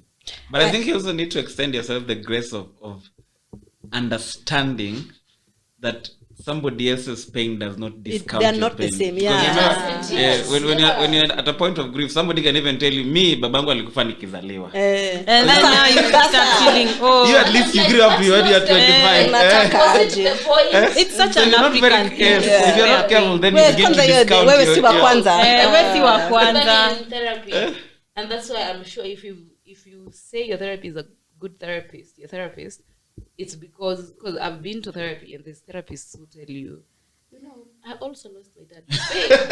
This is a Now that's I'm paying you to listen to me. I'm not paying you $50. I came to pay you for telling me how your relationship with you go pay someone who's a therapist. It's not me. I was paying here for you to sit and listen and if anything guide me how to maneuver these things, emotions, feelings, complicated stuff that I'm going through. If you start comparing my situation with yours, it's easy for you not to listen to what I'm saying. True. Because we all probably went through the similar experience. But the reason I'm here is because look at you surviving after the experience and I can't even comprehend life at the moment. So calm down. It's okay. But that should be yes. I was going to say, I think we should talk about the place of therapy in grief and how, like, have you guys been to therapy? How did that affect your grief, your healing process and journey? Me, there was no therapy during my time when my dad died. We just had to figure it out. Cry. Yeah. But myself, I talked about it a lot. I wrote about it on my blog. I think I just did it on my own. Yeah. But writing is what got me through it. Yeah. For me, therapy. I mean, I still do therapy until now. So there is that part. But I don't think the way I see my life, I've been in therapy for the last 5, going to 6 years now. But the way I see my life, if it weren't for therapy, I wouldn't be here. I know that for sure. And then the way also I see my life, it's now going to 3 years of me actively living. When I started therapy, I wasn't actively living. I was actively looking for options to get out of here. And somehow, because everyone says therapy is nice and all that kind of stuff, and I can't say I hated therapy because I'm lucky I have a good therapist who, again, I've been through my fair share of therapists who tell you, I can pray for you, or you should go to church or whatever. Pray. Yes. Is this in the church? Is this a Therapist in the church. like No, just a therapist who believes in God. independent? Yes. That's illegal, I think. It is. Yeah. No, but how would you But know? we You're don't very know, let therapists vulnerable. or How mama would were you there in know? their 40s. Yes, she's a mama And they're actually. Also, how would you know? All these two It's pastors your who've first converted time. themselves into therapy. I'm also actually glad I was able to comprehend, and I'm also glad it's not like I've become non-religious or non-believing today or yesterday. It's something that has been going on for a while. So I remember the initial emotion was the uncomfortability of, even in this moment where I'm so dejected and I'm coming to you as a person who has even attempted suicide a couple of times. So trust me, I have nothing to lose. You probably have money that you'll be given to lose if you don't see me as a client, but I have nothing to lose. And so in that moment I was like we were talking earlier and saying you were angry at God because your father died, same as you. In that moment, even if I believed in God, it was like one of the worst moments to bring that topic. But also for me, who is an unbeliever, I was like, first of all, I don't believe in God. And then now I'm going through all this, and all I want is some sort of a tunnel to be placed at my eye level, and for me to see the other end, and for me to see light. I don't even have to be in the tunnel because I feel like I'm into the trenches of the hata kama ndio tashikilia kiberiti hivi nione light. It doesn't matter which light I'll see. It doesn't have to be daylight. It just has to be some sort of light, right? That's all I needed. And so it felt uncomfortable because it felt like I had to constantly keep on reminding her, but I don't believe in God like that. So you want to pray for me. I don't believe in prayer as a solution. Yeah. I've seen this. Religion should be regulated. I've seen this TikTok of a child. They're praying, but the child eats while they're praying. And I'm wafunge macho anafanya kitu hivi ukweli, but guys, God knows it's so hilarious. It's so hilarious. So I feel like if I continued with her, I'll be like that child. You are praying, and somehow I'm supposed to be still in this moment because you're doing your thing, but like I can't because I don't even relate with how important this is, because it's only important to you, it's not even to me. This child doesn't care. This child just wants to eat. Somehow you're interrupting me to pray. What's that? Pretend you're closing the eyes and then continue eating as people are. Yeah. And so like for me, it felt that way. So having been able to just tell her, I don't think this will continue, and considering when I met her through a mentor of mine. So I got back to my mentor and I told her what had happened, and then I looked for another therapist, and the therapist has been amazing. Like it's a journey, and it's not about your therapist agreeing with you. It's about your therapist making you see the point. Yeah, see the point of everything, not their point, but the point of everything. These things happen. It's not because there's a reason, but now they happened and they harmed you in this way and this way and this way and this way. And literally from where we are standing now, you have no control over things from the past. But from where we are standing now, you are the one who has power.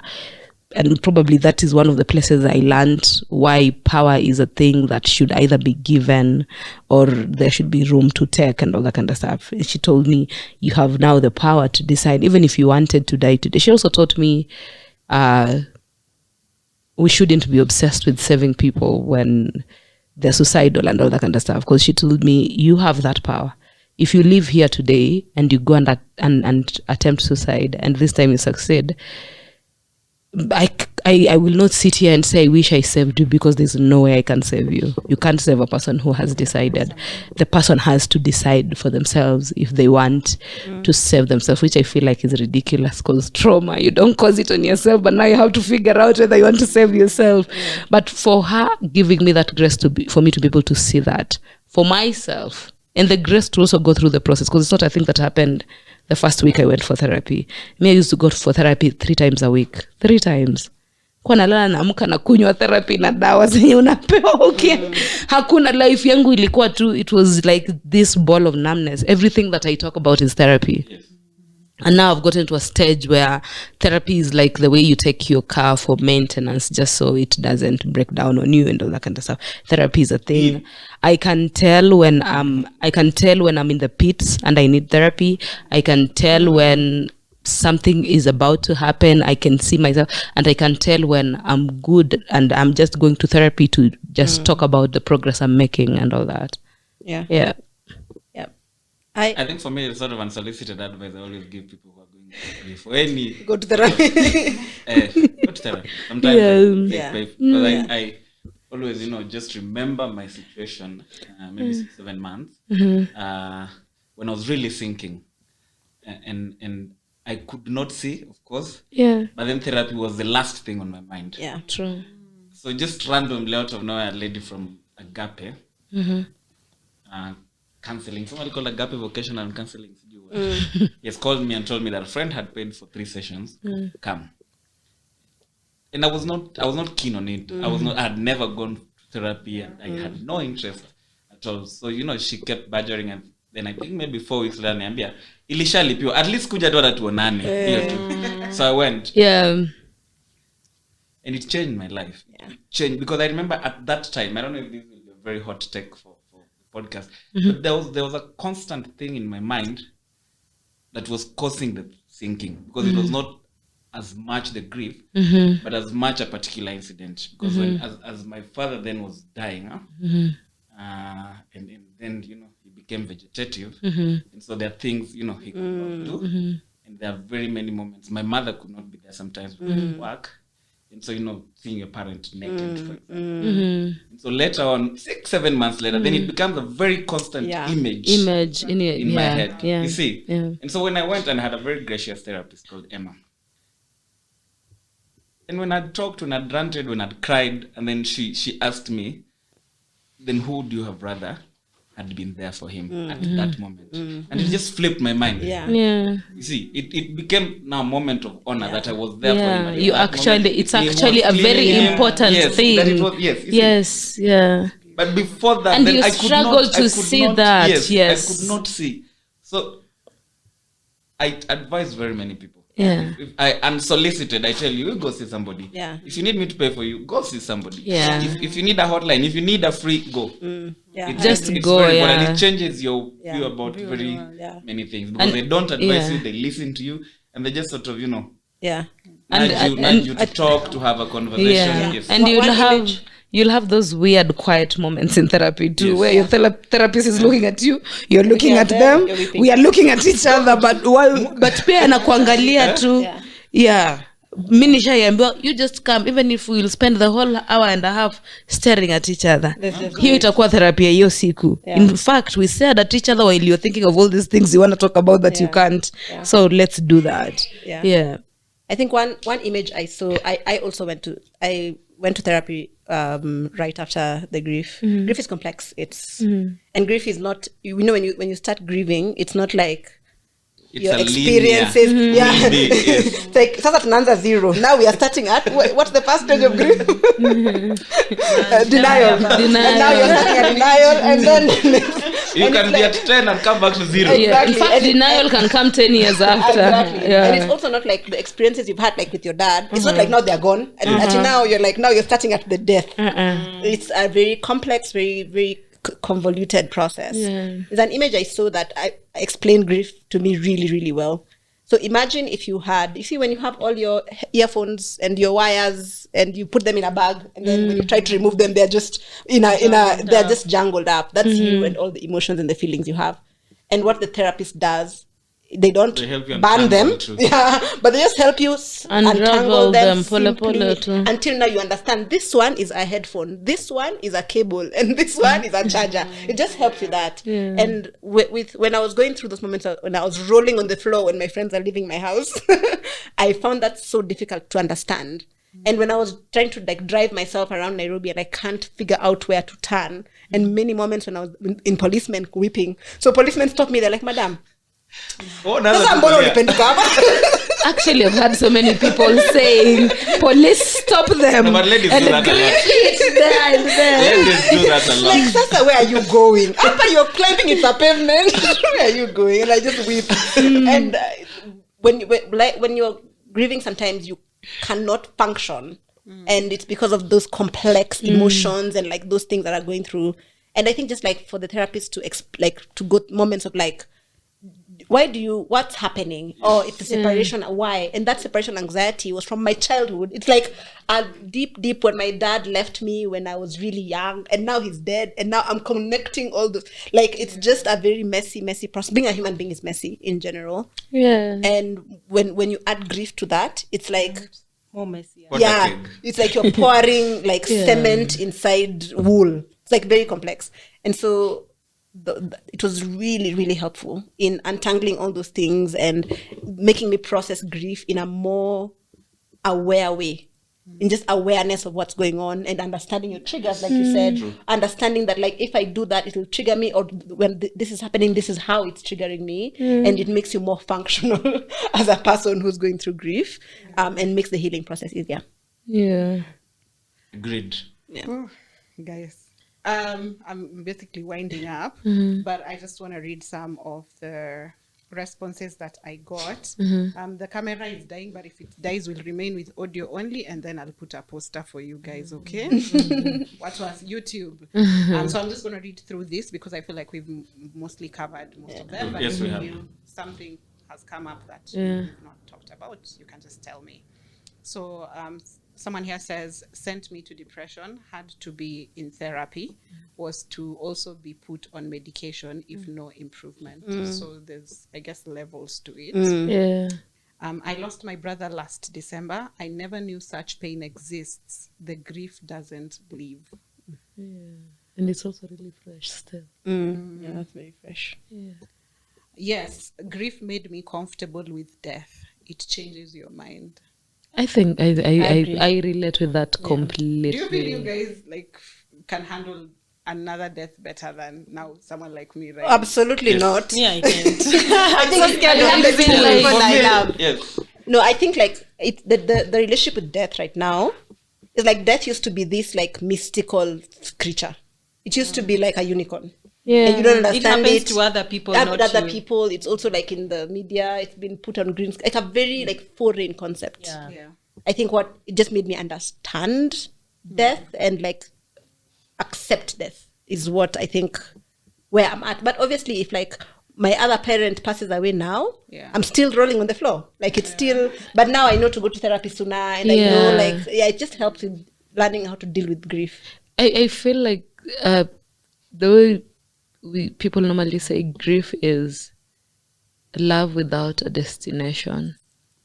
So when you think about it, grief is really love. And I think when you ask someone, do you think you can be able to deal with that? The real question is, do you think you're capable of loving? So if you're capable of loving, you're going to be capable of dealing with grief. And like she said, and the more you go through it, it doesn't make you better at dealing with it. It just makes you better at understanding it. And understanding and knowing it's okay to love. It's okay to love. I love deeply because also we've lived in a world which is crazy enough to shame people for loving deeply, for being feelers, for people who can say, I loved this person. No matter how closely related you are or how far apart you are with regards to how related you are, still, it's a thing about love. And I think when you learn to understand grief as a love without destination, then you understand you will grieve a lot because you love people, don't you?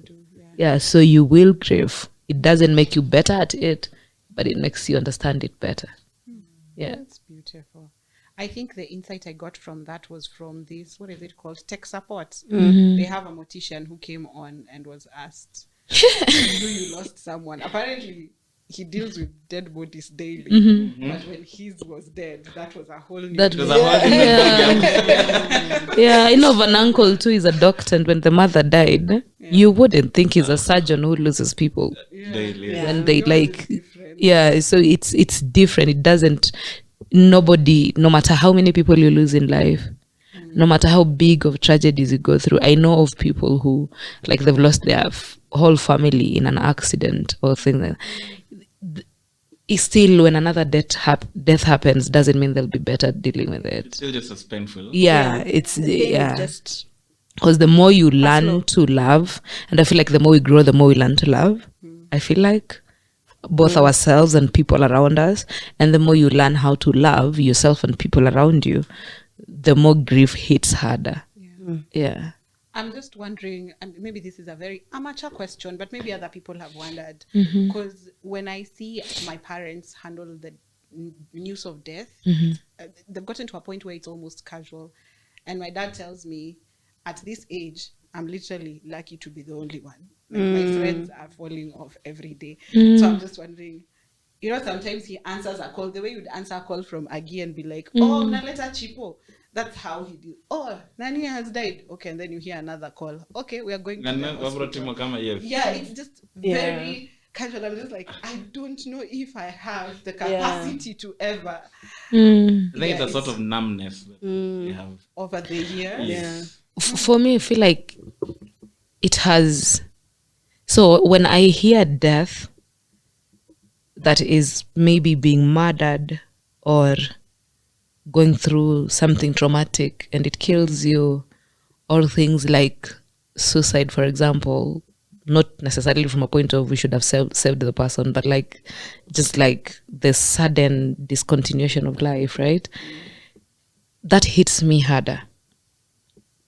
But when, and but like if it's just like a person who has lived, I feel like my place that I go to when it's not even about age really, it's about how I knew people, because I feel like the sudden nature of death is when under different circumstances you wouldn't be dead, someone killed you, right?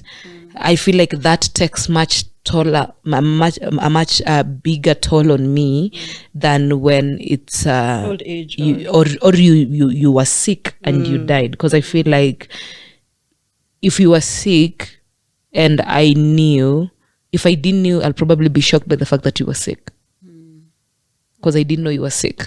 But if you were sick and I knew, I'd be like, I mean, that one it's one way. Because what else am I supposed to do? Like, especially as a person who is a sickling myself at the moment, like if I died, like it's something I've talked to myself about a lot, because sometimes I remember I'm in the house and I'm in so much pain and I know people know I'm sick, right?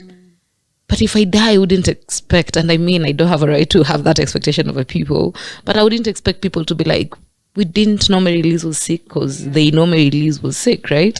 Whereas if I died, probably even suicide, I wouldn't expect people to be shocked, because they'd be like, maybe Marylize was tired of the things they were dealing with and they just decided we are done and all that kind of stuff.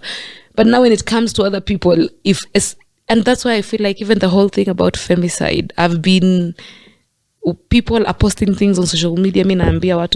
If you post things in this group, I'm gonna leave your group, because I don't know how I will handle. I don't feel like I have enough capacity to handle death in that way. Like, I'm here with you right now, and then I killed you, and then now people are like, you're dead because I killed you. You know, death needs to happen in situations where, when you're directing your anger into something beyond because I feel like human beings are also like that. We always want to figure out what happened, who is to blame, and when you're in pain even more so. But because of how I've accepted and understood the totality of death, I'm not mad at it. I'm like, if we die, we die. The way Kenyans like saying. Do you think your dad? I always ask myself this because I haven't gone through like close grief a lot, but is it like breakups? You know, like the first one. You know that first love. It's 12 years derailed. The ones that you say you are sick and you're not sick. After like 4 breakups, you're like, the conversation, you're still not here. Cool. We move. Do you think it's like Inspirational what? Coach and speakers, life coach. Marao. If he looks at you badly, leave him. If he's not, leave him, because now you're numb to. No, I not in looking at you badly, but I do believe don't stay too long in bad situations. Life is too short to stay too long in bad situations. Yeah. Let me go through this. You had a question for me? No. It doesn't end. You just learn to live with it. That is something we've learned. Yeah. I've gone through loss. You can never say for sure how you will react until it happens. It gets physical, like physical pain. Yes. It's love without nowhere to take it. My dad passed in 2020, and where we grow around it. Yeah. It's so hard to grieve. Someone just said it's so hard to grieve. It really is. Another person told me, I have lost 5 pregnancies, 1 a week ago. You just never get over it. Emotions will hit you randomly, and you question yourself every day why a simple thing like staying pregnant is so hard. I thank God for a supportive hubby and family. So finally, let's talk about the support system you have around you when going through this. I think. So when you guys are talking about friendships and the expectation for friendships, it made me wonder why, and this might be maybe controversial, but it made me wonder why we have created a system or a society where we have no expectations of our friends. I think like being a friend is a responsibility. Yes. And it's a choice. You can choose to be someone's friend, and you can choose to not be their friend. Yeah. But if you choose to be their friend, it comes with a set of responsibilities. Yep. And there's very few moments in life where you need your friends. You know, there's moments in life where you want them and you hang out with them and you laugh with them. Even in like a wedding, you don't need your friends. It's like you want them to be around. But there's moments in your life where you will need your friends. And those moments are the valleys, is where you need people. And with the question of support,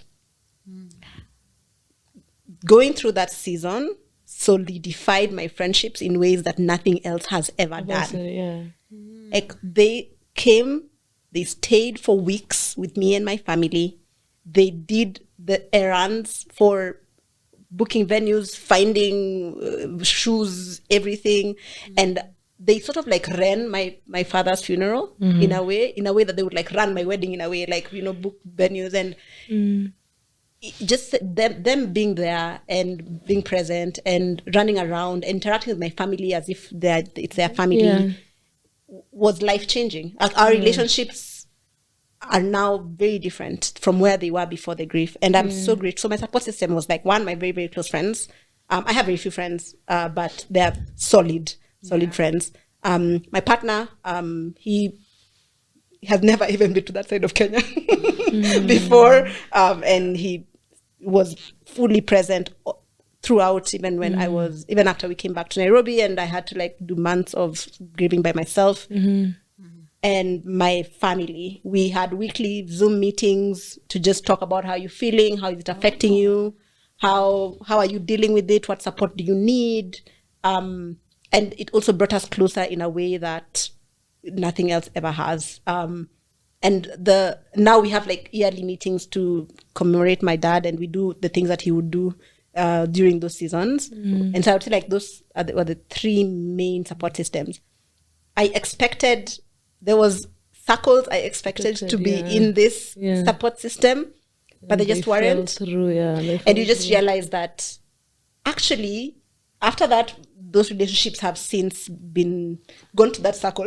Yeah, the outer one, yes. And my life is just, it's still rich. Okay, and exactly. It does, you sort of like sieve through your friendships in a way that like you understand very, very, very clearly who the core circle is, and you understand very clearly who is not core. And that actually enriches your life. And is this unspoken, or like the people in this circle just know if something happens to one of us, then we move like this? Yeah, I think one thing conversations I have with my friends is this conversation of like, don't say I don't have any expectations of you.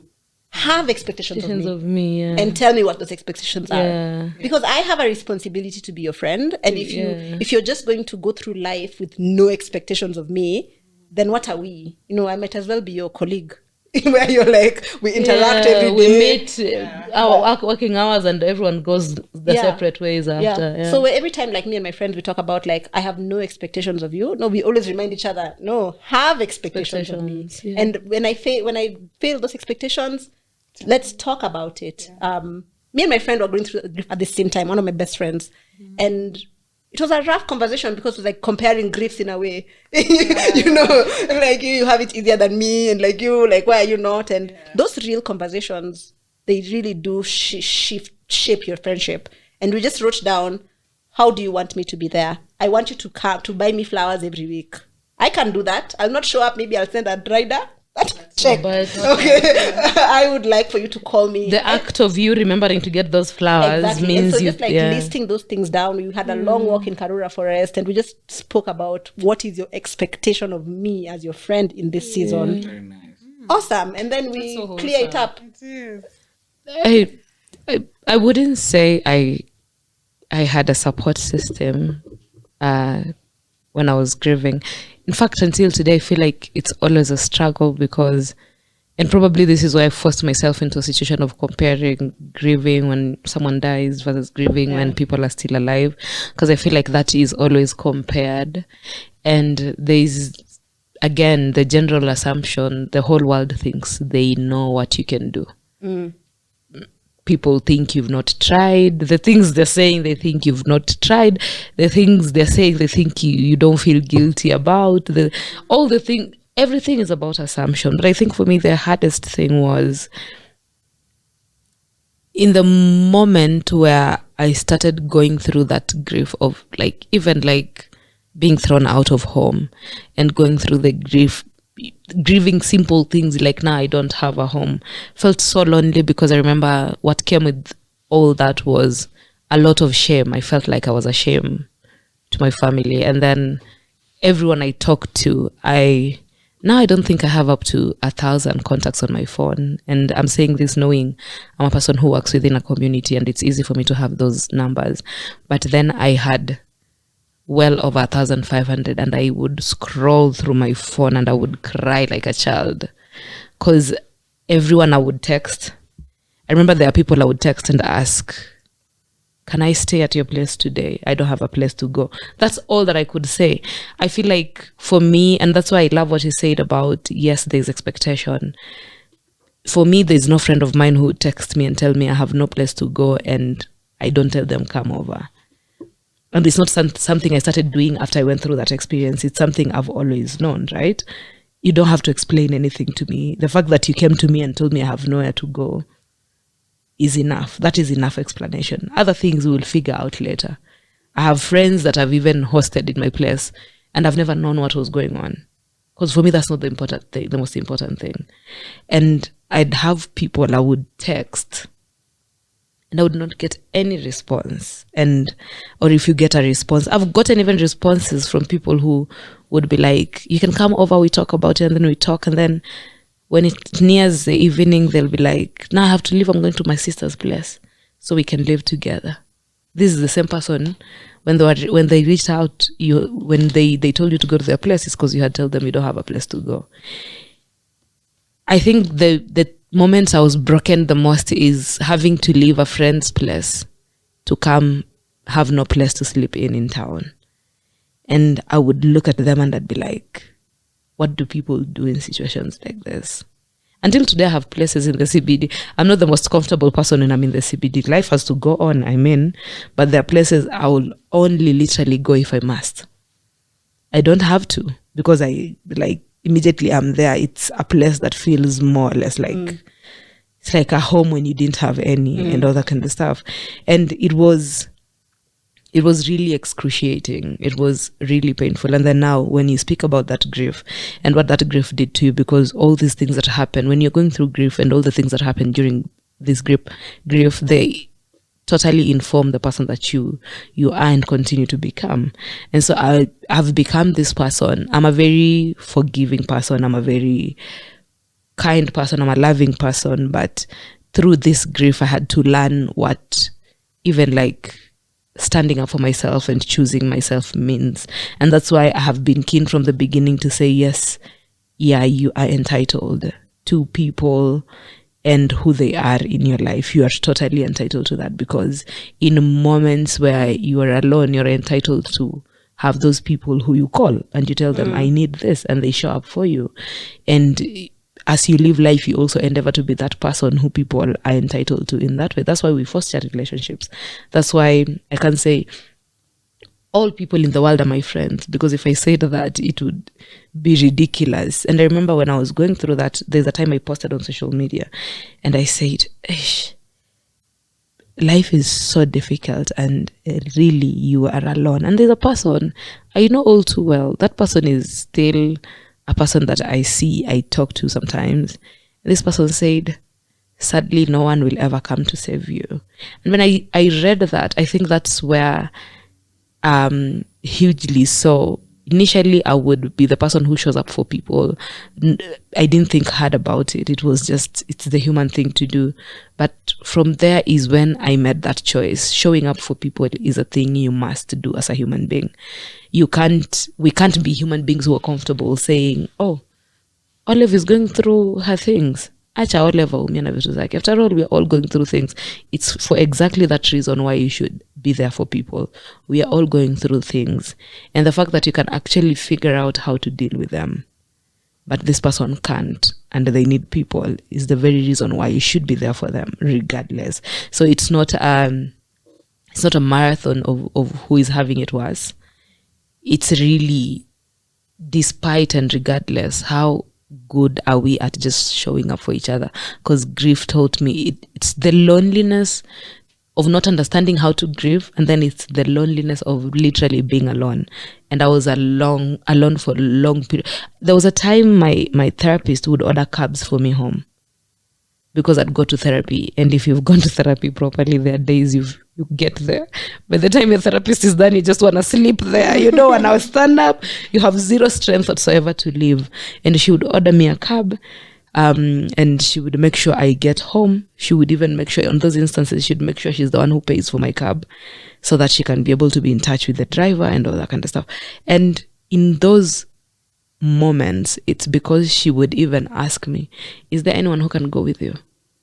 Because you can't leave this office alone. It's only moments when I was going and I was like, I hear what you're saying, but I still don't see the point of me being here to pursue all those things. Like, it doesn't make sense. So as a therapist, of course, it's her job to kind of sort of save people. So she's like, I'm not leaving this child to leave this office alone and go face their misery or something like that. And so in those moments is when I realized, if you can actually go through your phone and you know people, and it's people you can reach out. Yet the person who ended up helping me to a point where I had to leave the streets after 2 weeks of staying in the streets is a person who I met once. We had a training back in 2017, and this was late 2018, and she's Nigerian, and she's the one who reached out because she'd see some of my posts. My social media, for as long as I've ever had my first social media account, I've never had a private social media account. All of them have always been like open and they're accessible to everyone. So she would DM me, and she literally coerced me to tell her what was going on, because in that moment I was battling with emotions of shame, fear, being unwanted, being unworthy, being not good enough, doubting my identity. Even it's one of the things that I would say in that moment I was so sure about, but also doubting it. It was so many things all at once, right? And so I struggled to even say what was going on, because I feel like, and I have a couple of people who would tell me, I mean, I have a whole bunch of group that was formed of people who say, I must be a terrible person, that's why I was disowned by my parents. And those things they don't leave you. They make you question who you are all the time. And in those moments while you're grieving things like that, you need people to just remind you. I've learned how to remind myself I'm not all those things that I was meant to believe. But looking back, I know I deserved to have people there. I know I deserved to have people be lost with me, not in the sense of them getting lost as well, but in the sense of it's okay to go through those emotions. We are here for you.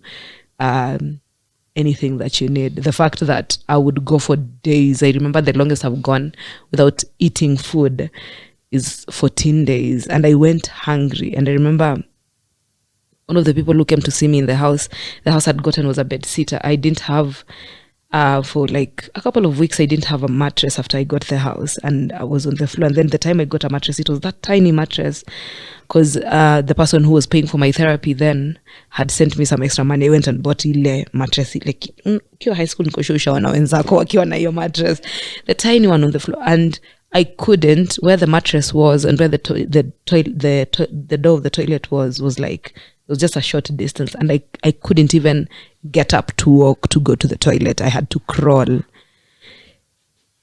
It was, for lack of a better word, it was disgusting going through all those things. And now I can look back and laugh about them. But in those moments, I know when you're going through those moments, you need people, and you deserve to have people.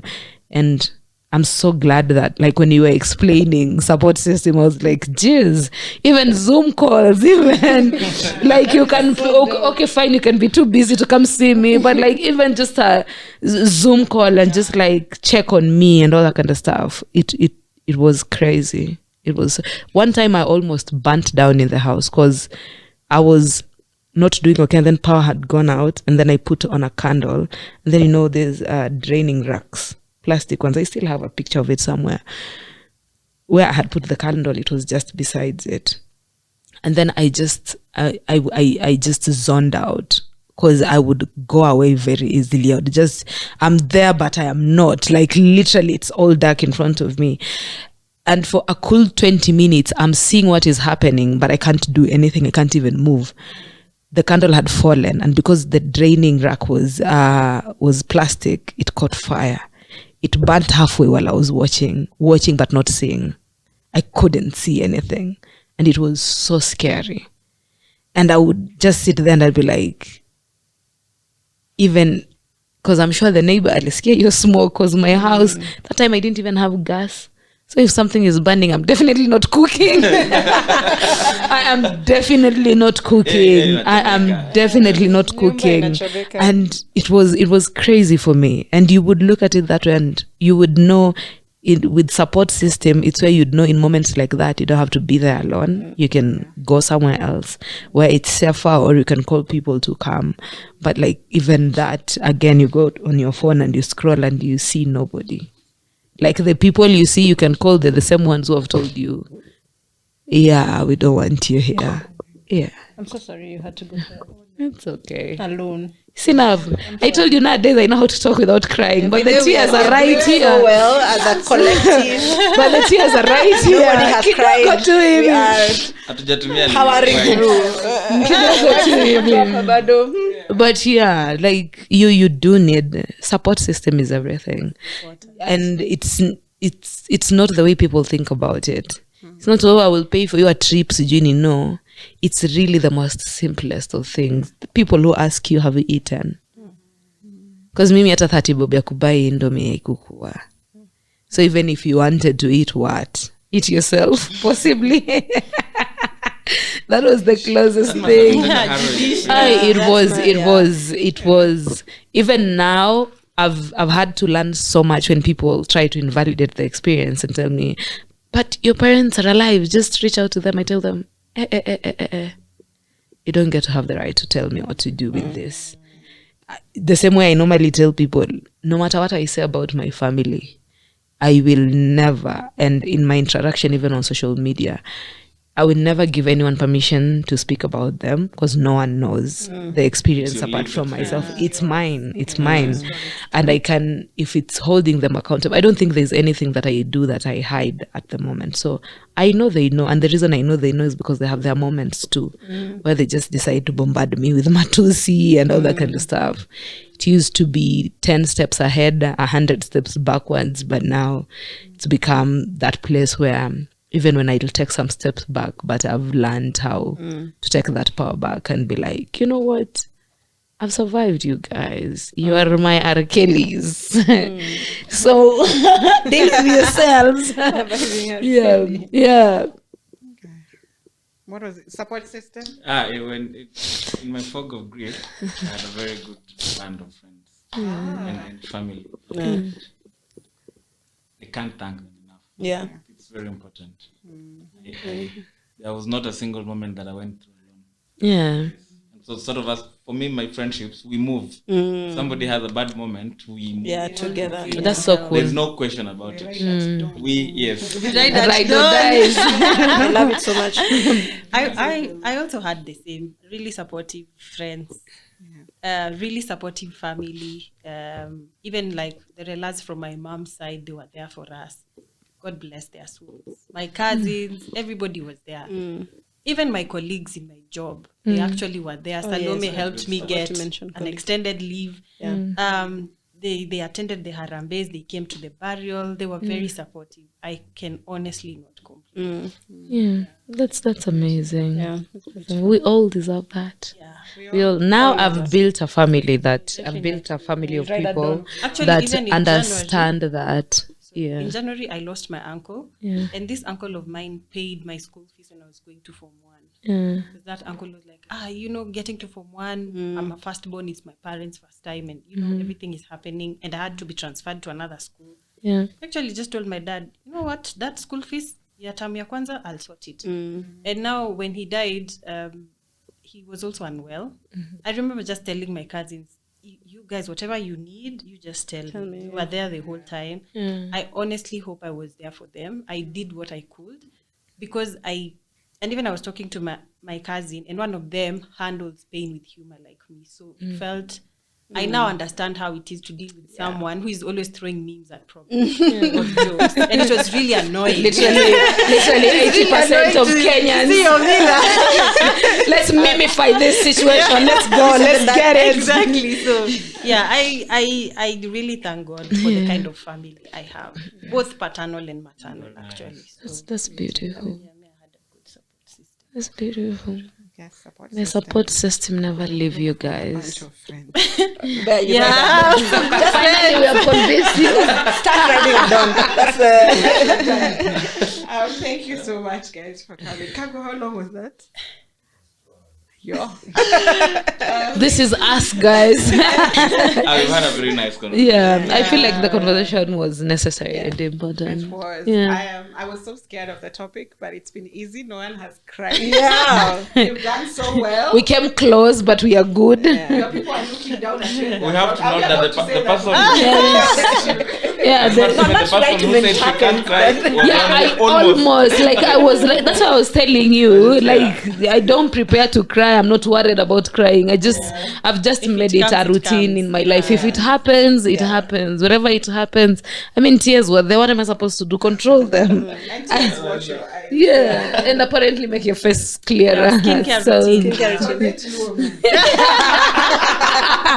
And your habanero peppers.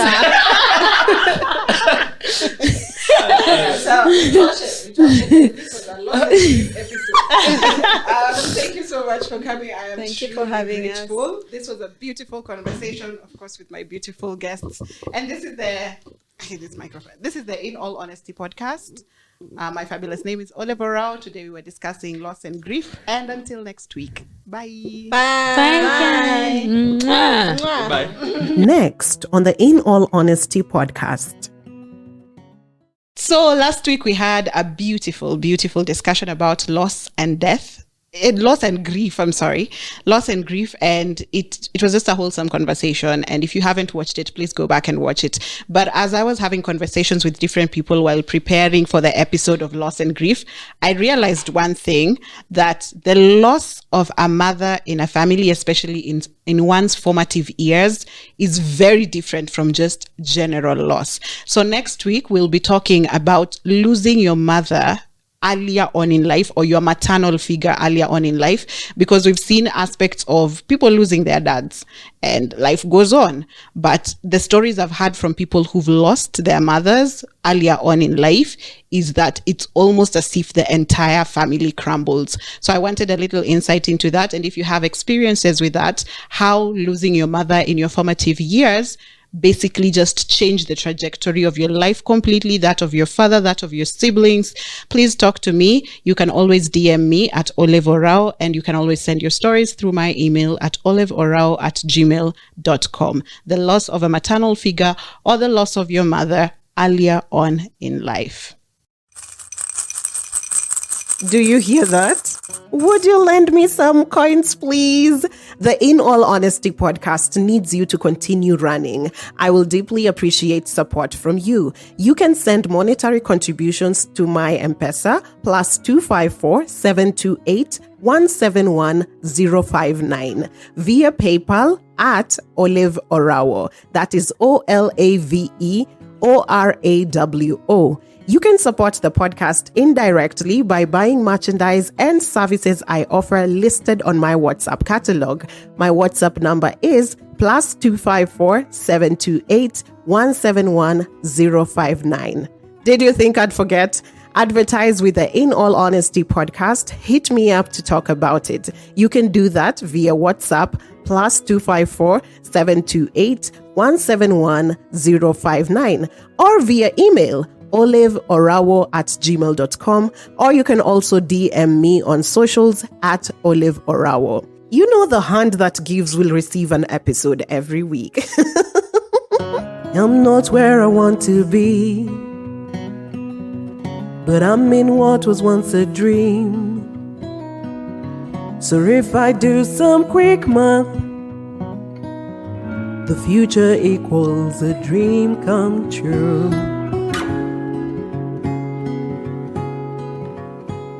Since 1992, In All Honesty, a podcast by OLAVEORAWO.